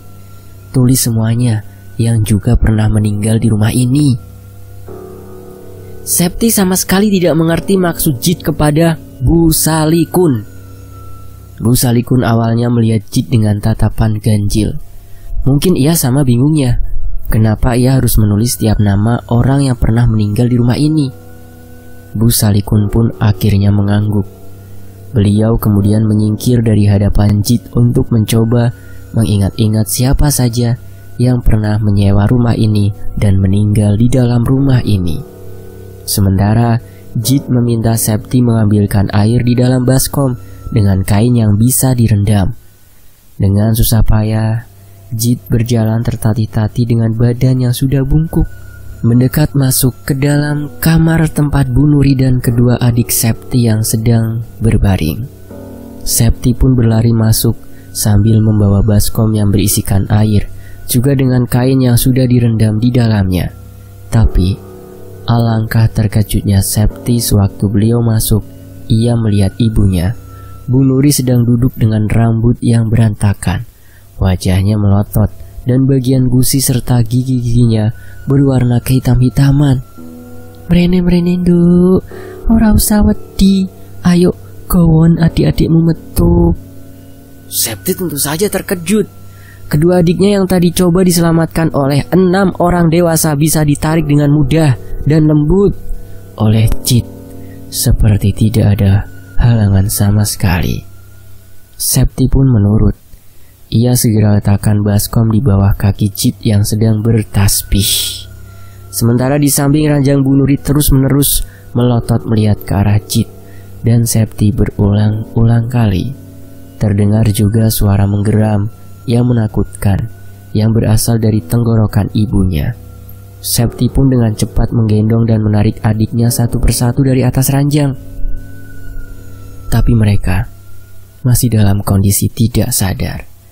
Jit kemudian meminta Septi agar menutup pintu kamar sekaligus memanggil Pras agar membantu menggendong adik-adik Septi untuk dipindahkan sementara ke dalam kamar miliknya. Lalu terakhir, Jit meminta kertas yang ada di tangan Bu Salikun. Septi menuruti dan melakukan setiap apa yang diperintahkan oleh Jit. Bu Salikun pun ikut masuk ke dalam kamar tersebut.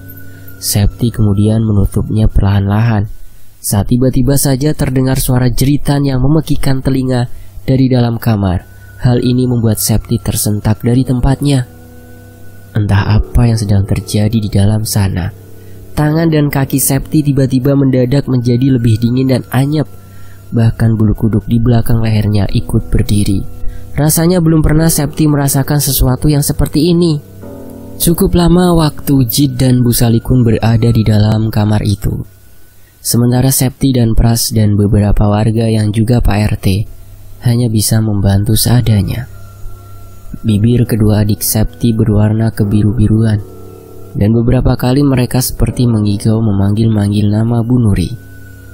Barulah sekitar jam 10 malam, pintu itu akhirnya terbuka. Wajah Bu Salikun nampak pucat pasi. Sementara Jit terlihat kelelahan setengah mati. Tapi anehnya, Bu Nuri masih duduk sambil melotot ke arah mereka. Septi bertanya-tanya, bagaimanakah nasib ibunya? Jit kemudian duduk di atas kursi, meminta Pras dan Pak RT agar memanggil seorang untuk mengatakan kebenaran apa yang sebenarnya terjadi di dalam rumah ini dan bagaimana cara menyingkirkannya, karena sejak tadi jin atau setan yang mendiami tubuh Bu Nuri menolak untuk pergi dan sudah terlalu suka untuk tinggal di tempat ini, kecuali si Nun Merah yang menjadi pengikat sukma dan dendamnya ditemukan dan diangkat dari tempat tersebut. Septi lalu bertanya, "Di mana benda itu berada?" Jit atau kakek lalu menoleh pada Bu Salikun. Jit nampak terengah-engah menjabarkan akar masalahnya, tapi tetap saja hanya sebagian dari mereka yang mengerti tentang apa yang disampaikan oleh Jit. Tidak ada yang tahu maksud dari Raja Merah dan maksud dari dendam ini. Jit kemudian menyederhanakan penjelasannya. Mereka harus cepat-cepat menemukan medium pengikatnya. Kalau sampai terlambat, Bu Salikun bisa saja tidak bisa ditolong lagi seperti penghuni-penghuni sebelumnya. Septi yang mendengar itu tentu saja terkejut. Jit lalu melihat kertas yang tadi ditulis oleh Bu Salikun. Di sana Jit menunjukkannya kepada Septi rupanya. Sebelum mereka ada sebuah keluarga yang sudah meninggal terlebih dahulu. Nama beliau adalah Bahgimah. Tapi sebelum Bahgimah, ada keluarga lain juga yang meninggal. Semua orang ini memiliki kesamaan. Tak hanya itu saja, pola dan kasusnya juga sama persis. Itu artinya, ini bukanlah kebetulan semata, melainkan memang ada sesuatu yang sangat hitam hidup di dalam rumah ini. Kembali ke kasus kematian lain. Nama wanita itu adalah Mbak Sartik, seorang ibu dengan 1 anak. Jit lalu bertanya kepada Bu Salikun, "Niki, wes kabeh wong sing tau mati nang omah iki? Apa ini sudah semua orang yang ditulis yang pernah meninggal di rumah ini?" Bu Salikun mengangguk. Diikuti jawaban kalau itu sudah semua, tapi hanya sepengingatnya. Namun, Jit seperti masih belum puas dengan jawaban Bu Salikun, sehingga beliau bertanya sekali lagi kepada Bu Salikun agar mengingat-ingat, tapi ia merasa sudah menulis semuanya. Beliau kemudian menjelaskan kalau rumah ini adalah rumah warisan dari pendahulunya, dan sejak dipegang oleh bapak ibunya, rumah ini sudah dikontrakan. Bila ini berkaitan dengan hal itu, Bu Salikun meminta waktu setidaknya 1 hari untuk mencari tahu masalah ini. Beliau harus memeriksa arsip tanda tangan perjanjian milik bapak ibunya yang dulu. Jit pun mengangguk. Beliau lalu berpesan kalau ada alasan kenapa sampai Jit melakukan ini, karena sekarang perkaranya sudah menjadi urusan hidup mati orang.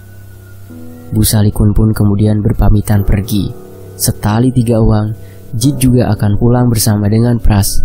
Maka Jit berpesan pada Septi sebelum kepergiannya, untuk sementara Bu Nuri sudah sedikit lebih tenang dari sebelumnya. Tapi lebih baik Septi untuk tidak mendekatinya lebih dulu. Dan sejak tadi Jit juga sudah mengatakan kepada beliau untuk sementara waktu tidak keluar dari dalam kamar. Dan beliau meminta agar Bu Nuri senantiasa terus-menerus berwirid kalau merasa ada yang mengganggu di dalam dirinya. Begitu pula dengan Septi untuk tidak berhenti mendoakan ibu. Esok hari Jit akan datang lagi berkunjung ke rumah ini. Jadi malam ini Jit berharap Septi dan kedua adiknya yang saat ini masih terlelap di dalam kamar untuk tidak sekali-kali membuka kamar Bu Nuri, apapun yang terjadi. Kamar itu sudah dikunci rapat, jadi tidak ada alasan untuk membuka. Septi awalnya enggan menerimanya. Bagaimanapun ia masih berharap ibunya baik-baik saja, karena apa yang sudah terjadi di dalam rumah ini benar-benar sudah merontokkan akal sehatnya. Ia tidak mau kalau sampai terjadi sesuatu yang tidak menyenangkan kepada beliau. Tapi Jit kemudian meyakinkan Septi selama pintu itu tidak dibuka sampai Jit kembali ke sini, tidak akan ada yang terjadi. Lagi pula Jit memberi nasihat kepada Septi kalau tidak ada yang perlu ditakutkan dari makhluk yang dipenuhi oleh dusta seperti jin dan sebangsanya. Malam pun semakin larut sampai tidak ada lagi 1 orang pun yang ada di rumah ini kecuali Septi dan keluarganya. Kedua adiknya masih terlelap dan tubuh mereka sudah tidak sedingin tadi. Septi tidur di samping mereka sambil menatap ke arah pintu kamarnya. Septi tidak pernah menduga sebelumnya kalau semuanya akan menjadi seperti ini. Dan siapa juga yang mengira kalau di balik pintu kamarnya ada kamar tempat ibu dan makhluk itu sedang berada. Ia berharap malam ini Septi bisa melewatinya, tanpa ada sesuatu yang buruk yang terjadi. Seperti fisiknya, mental Septi juga semakin melemah seiring waktu berjalan. Matanya kian tak tertahankan dan rasa kantuk nyaris sudah memenuhinya saat Septi akhirnya tertidur dalam lelap. Septi mulai terhanyut dalam mimpinya, dan saat itulah ada yang mengetuk pintu kamarnya. Septi berdiri lalu berjalan menuju ke pintu. Ia kemudian berdiri di sana, dan tak lama kemudian suara itu memanggil dirinya. "Nduk, kue percaya karo ibu toh? Ojo dilanjutno ya, Nduk." Septi yang mendengarnya lalu berkata, "Nggih, Mbah. Benjang, kowe bakal minggat saka awake ibuku." Dan setelahnya, Septi pergi ke tempat tidur tak lagi memperdulikan ketukan pada pintu kamarnya sepanjang malam itu. Pada pagi harinya, Septi terbangun dengan setengah sadar. Semalam ia bermimpi lagi, tapi mimpinya kali ini berbeda. Ia melihat sepotong tali dan kaki yang menggantung di atas langit-langit kamar ibu. Selain itu, ada jeritan dari suara yang tertahan di tenggorokan. Awalnya Septi berpikir, itu Mbah Gimah, sosok wanita tua yang dirinya tahu dari lembaran foto dan cerita orang-orang yang pernah mengenalnya. Bahkan Septi tahu seluruh anggota keluarganya yang mana membuatnya sedikit terkejut. Tapi sepertinya Septi salah. Sosok itu mungkin sosok lain. Septi membuka mata dan melihat kedua adiknya tiba-tiba berdiri di depan pintu kamar ibunya. Tak lama kemudian, setelah mereka melihat Septi bersama-sama, mereka berkata kepada Septi, "Mbak, tolong ibu. Ibu kekurung nang dhuwur kuburan, Mbak. Tolongen ibu, Mbak." Yang kalau diartikan bahasa Indonesia seperti ini, "Mbak, tolong ibu. Ibu dikurung di atas kuburan. Mbak, tolong ibu." Wow, begitu kata mereka berulang-ulang kali. Septi sebenarnya tidak mengerti, tapi kenapa dua adiknya bisa mengatakan sesuatu secara bersamaan seperti ini? Tak lama kemudian, terdengar suara pintu rumah Septi diketuk. Septi pun datang untuk melihat siapa tamu yang datang berkunjung. Rupanya tamu yang datang berkunjung ke rumah Septi adalah Nyai Siti. Hal ini tentu saja mengundang tanya, apa yang wanita ini inginkan di rumahnya? Nyai Siti lalu menjelaskan maksud kedatangannya. Rupanya beliau sudah mendengar apa yang terjadi dengan Bu Nuri dari kabar burung yang sampai di telinganya. Septi hanya diam saja sewaktu wanita tua itu menjelaskannya. Di tengah-tengah percakapan mereka, Septi kemudian memotong pembicaraan dengan berkata, "Apakah benar kalau Nyai Siti adalah anak dari Mbah Gimah?" Mendengar itu, Nyai Siti awalnya nampak terkejut, sampai akhirnya ia menjelaskan siapa dirinya yang sebenarnya kepada Septi. Nyai Siti pun meminta izin kepada Septi untuk menjelaskan semuanya dari awal. Rupanya keluarga Nyai Siti adalah keluarga yang sebelumnya tinggal di rumah ini sebelum keluarga Septi datang. Tapi ada sesuatu yang tidak banyak orang tahu, perihal apa yang keluarga Nyai Siti lakukan sewaktu mereka masih tinggal di rumah ini. Beliau menjadikan Mbah Gimah sebagai pembuat raja untuk mereka-mereka yang datang dan membutuhkan bantuannya. Semua pekerjaan ini ditukar dengan sejumlah mahar dalam bentuk uang dan harta berharga seperti emas dan sejenisnya. Septi pun terkejut ketika mendengarnya.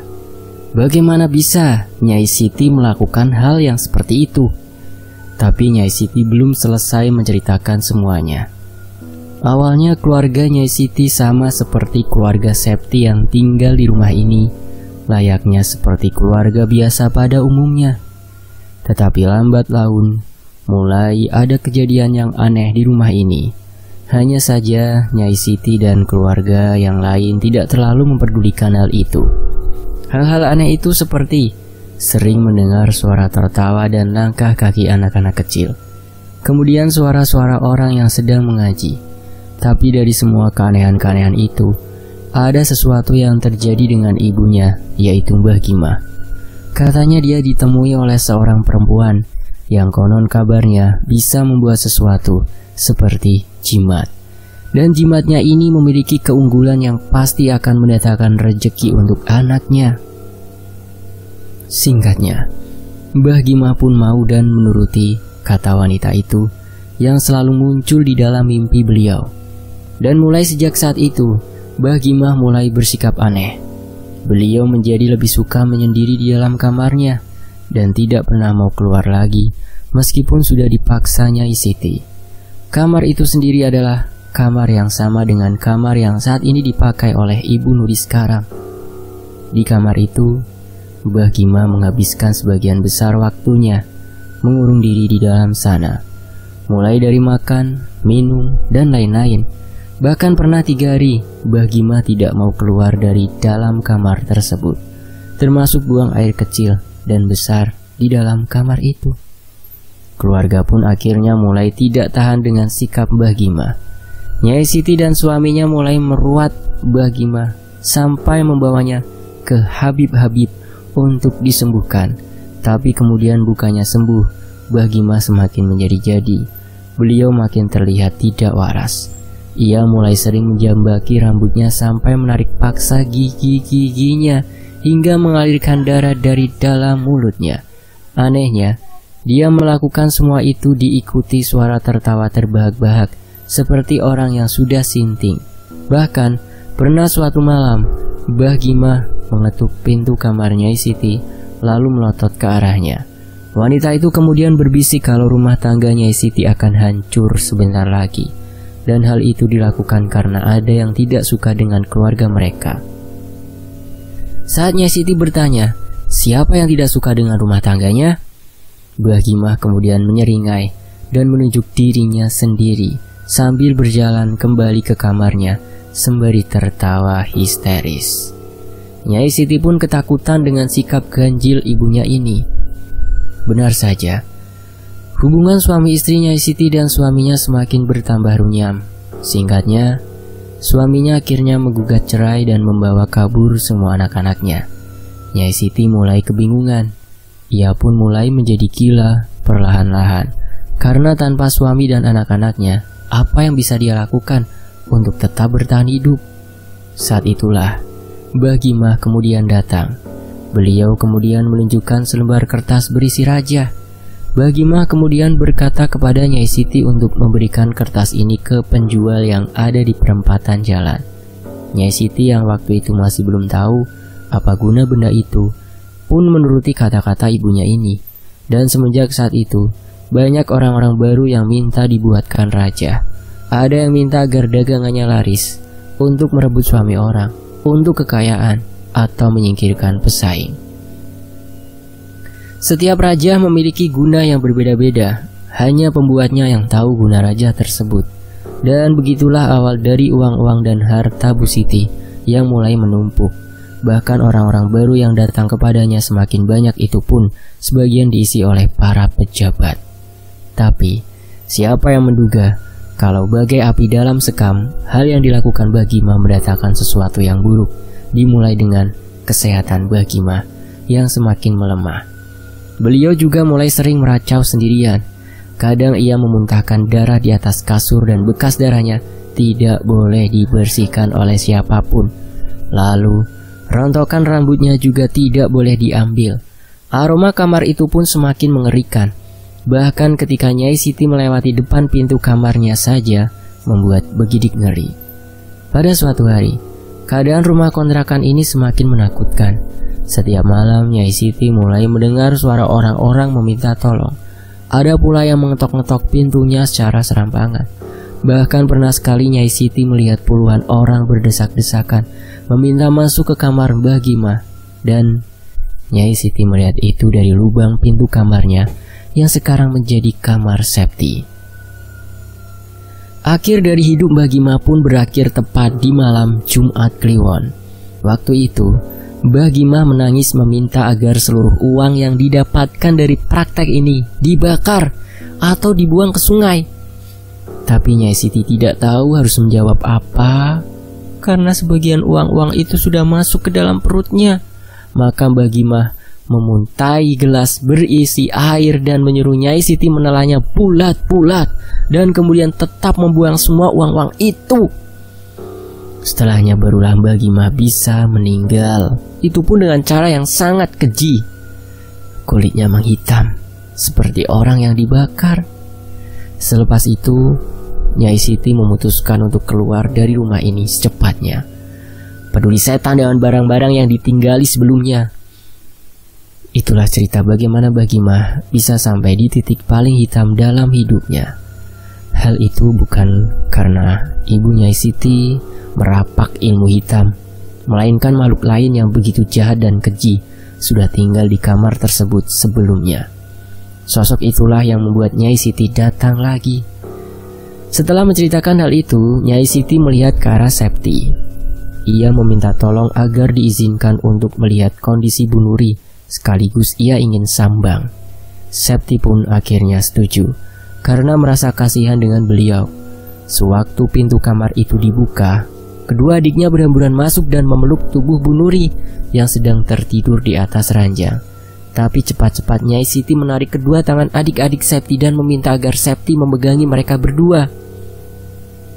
Bu Nuri pun membuka mata dan melotot melihat Nyai Siti yang datang. Ternyata benar. Kau masih saja seperti ini, Nek, kata Nyai Siti melihat Bu Nuri yang kemudian bangun dan duduk lalu menyeringai ke arah Nyai Siti yang sedang berdiri. Oh, kowe nduk. Opo kowe kangen karo aku? Nyai Siti membuang muka. Kemudian beliau berkata, aku kesini untuk pamit dengan kamu karena aku sudah tahu di mana kuburanmu berada, Nek. Jadi kembalilah ke duniamu yang laknat itu. Nyai Siti lalu menarik Septi dan kedua adiknya untuk keluar dari kamar, sementara Bu Nuri tertawa terbahak-bahak dari dalam kamar. Singkatnya, Nyai Siti menemani Septi sampai Jit dan Pras datang. Begitu juga dengan Bu Salikun yang kemudian memberitahu kalau sewaktu orang tuanya masih menjadi pemilik kontrakan ini, ada satu orang yang ditemukan meninggal karena gantung diri. Jit pun langsung tahu. Orang ini di mana rumahnya? Katanya dengan ekspresi wajah yang cukup serius. Nyai Siti yang mendengar itu kemudian langsung menyela mereka. Kulo ngertos, saya tahu di mana orang ini tinggal. Bahkan saya tahu di mana dia dikuburkan, Jit. Jit pun nampak terkesan. Entah kesulitan seperti apa yang sudah dilewati oleh Nyai Siti ini. Tapi sebentar lagi Bu Nuri bisa saja ditolong kalau menemukan kuburan beliau ini. Maka Jit kemudian mengatakan satu hal terakhir kepada Bu Salikun. Ikut sama mereka, Nduk. Lalu pada ahli warisnya, minta maaflah, pengganti dari apa yang sudah dilakukan oleh orang tuamu dulu. Rasa sakit hati ini harus dilunasi, biar rumahmu ini bisa ditinggali dengan layak lagi. Bu Salikun tidak mengerti. Maka Jit membawa dirinya menjauh dari orang-orang termasuk Septi. Di sana Jit nampaknya memberitahukan semua alasan dan kenapa semua ini bisa terjadi, termasuk hubungan antara kuburan yang akan mereka datangi ini dengan keluarga Bu Salikun. Singkat cerita, selama di perjalanan ke kuburan, Bu Salikun hanya diam saja dan melihat keluar jendela terus-menerus. Septi sebenarnya ingin bertanya apa yang Jit katakan kepada beliau. Namun Septi kemudian mengurungkan niatnya saat melihat Pras menggeleng-geleng kepadanya, seolah mengatakan jangan kepadanya. Di sana, di sebuah rumah yang terbuat dari gubuk, Septi dan yang lain datang mengetuk pintu. Tak lama kemudian keluar seorang wanita tua yang mungkin berusia 60-an. Bu Salikun kemudian menanyakan, apakah Simbah memiliki hubungan dengan nama almarhumah? Wanita tua itu mengangguk dan berkata kalau nama yang disebut oleh Bu Salikun adalah ibunya sendiri. Namun wajah tua itu sempat menunduk karena tahu kalau ibunya meninggal dengan cara yang tidak baik. Bu Salikun lalu memohon maaf kepada beliau atas segala perbuatan yang pernah dilakukan oleh keluarganya. Bu Salikun tahu semua ini karena Jit sudah memberitahunya. Tidak hanya itu saja, Bu Salikun meminta berbicara empat mata dengan beliau karena ada sesuatu yang harus diluruskan. Selang beberapa saat kemudian, Bu Salikun mengatakan kalau ahli warisnya bersedia untuk membongkar makam almarhumah. Maka dibantu warga sekitar kuburan itu digali dan benar saja, di dalamnya ditemukan kain kemunir hitam yang mana di baliknya terdapat sobekan kertas berwarna kuning tua dengan coretan-coretan seperti raja yang dibungkus dengan rambut dan noda merah hitam seperti darah yang sudah lama mengering. Ahli waris pun menjelaskan kalau sebelum ibunya ditemukan oleh warga karena gantung diri, ada surat wasiat yang meminta almarhumah agar dikubur dengan kantong kemunir berwarna hitam ini. Pihak keluarga tidak tahu kalau ada efek pada benda yang mereka kira bagian penting dari kehidupan almarhumah semasa hidup. Keluarga pun menyanggupi surat wasiat tersebut tanpa mengetahui kalau benda ini rupanya adalah media untuk mengikat ilmu hitam yang selama ini ibunya memang pelajari. Beliau pun juga memberitahu kalau ibunya dulu memang bukan orang yang baik semasa masih hidup karena gemar mempelajari ilmu-ilmu hitam yang diajarkan oleh gurunya. Hanya saja beliau tidak bisa memberitahu siapa gurunya kepada Bu Salikun karena merupakan perkara yang lain. Sesuai instruksi Jid, kemunir itu kemudian dibawa pulang setelah urusan dengan ahli warisnya selesai. Bu Salikun juga terus-menerus meminta maaf dan beliau juga sudah dimaafkan oleh keluarga besarnya. Jid yang sejak tadi berada di rumah pun akhirnya mengambil kemunir itu. Dia bilang akan segera memusnahkannya. Hanya saja menghancurkan raja memang tidak mudah. Tapi dengan benda ini di tangannya, hanya masalah waktu sampai Bu Nuri akan segera kembali normal. Dan benar saja, semenjak peristiwa itu, Bu Nuri mulai bisa memanggil Septi dan kedua adiknya kembali. Beliau juga sudah mulai bisa berjalan seperti orang normal. Tapi setiap malam dia masih sering melihat wanita tua itu bergelantungan di atas langit-langit. Sebelum Bu Nuri sadar seperti ini, ia sempat dibawa ke sebuah kuburan dengan menyaksikan tubuh wanita yang gantung diri itu dilahap oleh sekumpulan orang-orang yang tubuh dan wajahnya hancur dengan berdarah-darah di sekujur tubuhnya. Bu Nuri menyaksikan itu setiap hari. Untungnya semua peristiwa mengerikan itu sudah berhasil dilalui Septi dan keluarganya. Kini, semenjak kejadian itu, kamar itu akhirnya dikosongkan. Mereka memilih untuk tidur di dalam kamar Septi yang memang ukurannya cukup luas sampai tenggat waktu sewa kontraknya habis. Setelah tenggat sewa kontraknya habis, Septi pun berpamitan kepada Bu Salikun. Bu Salikun sendiri memohon maaf atas apa yang terjadi dengan keluarganya. Beliau juga meminta Septi untuk tidak menceritakan perihal masalah yang sudah terjadi soal apa yang ada di dalam kamar itu. Bu Salikun juga sudah diberitahu oleh Jid kalau makhluk yang ada di sana tidak akan sampai mencelakai lagi. Mungkin hanya sekedar menampakkan diri sesekali, tapi keseluruhan rumah kontrakan milik Bu Salikun sudah terlihat seperti rumah biasa pada umumnya. Septi pun berjanji kepada Bu Salikun karena bagaimanapun juga wanita itu sudah sangat membantu keluarganya selama melewati masa-masa sulit itu. Sejak saat itu, Septi tidak pernah lagi tahu-menahu tentang keadaan rumah kontrakan ini karena Septi sudah memiliki tempat tinggal yang baru yang jauh dengan hal-hal seperti itu. Selesai sudah cerita dari Raja Sinun. Seperti yang penulis selalu katakan, dimanapun kita berada, kita tidak pernah benar-benar sendirian. Tapi itu bukan alasan kita harus takut dengan mereka. Sekali lagi, manusia derajatnya lebih tinggi dari bangsa seperti mereka. Terima kasih sudah menyimak sejauh ini. Terima kasih untuk Simple Man dan terima kasih untuk teman-teman. Wassalamualaikum warahmatullahi wabarakatuh. Alhamdulillah. Sampai jumpa di kisah lainnya hanya di Tony F.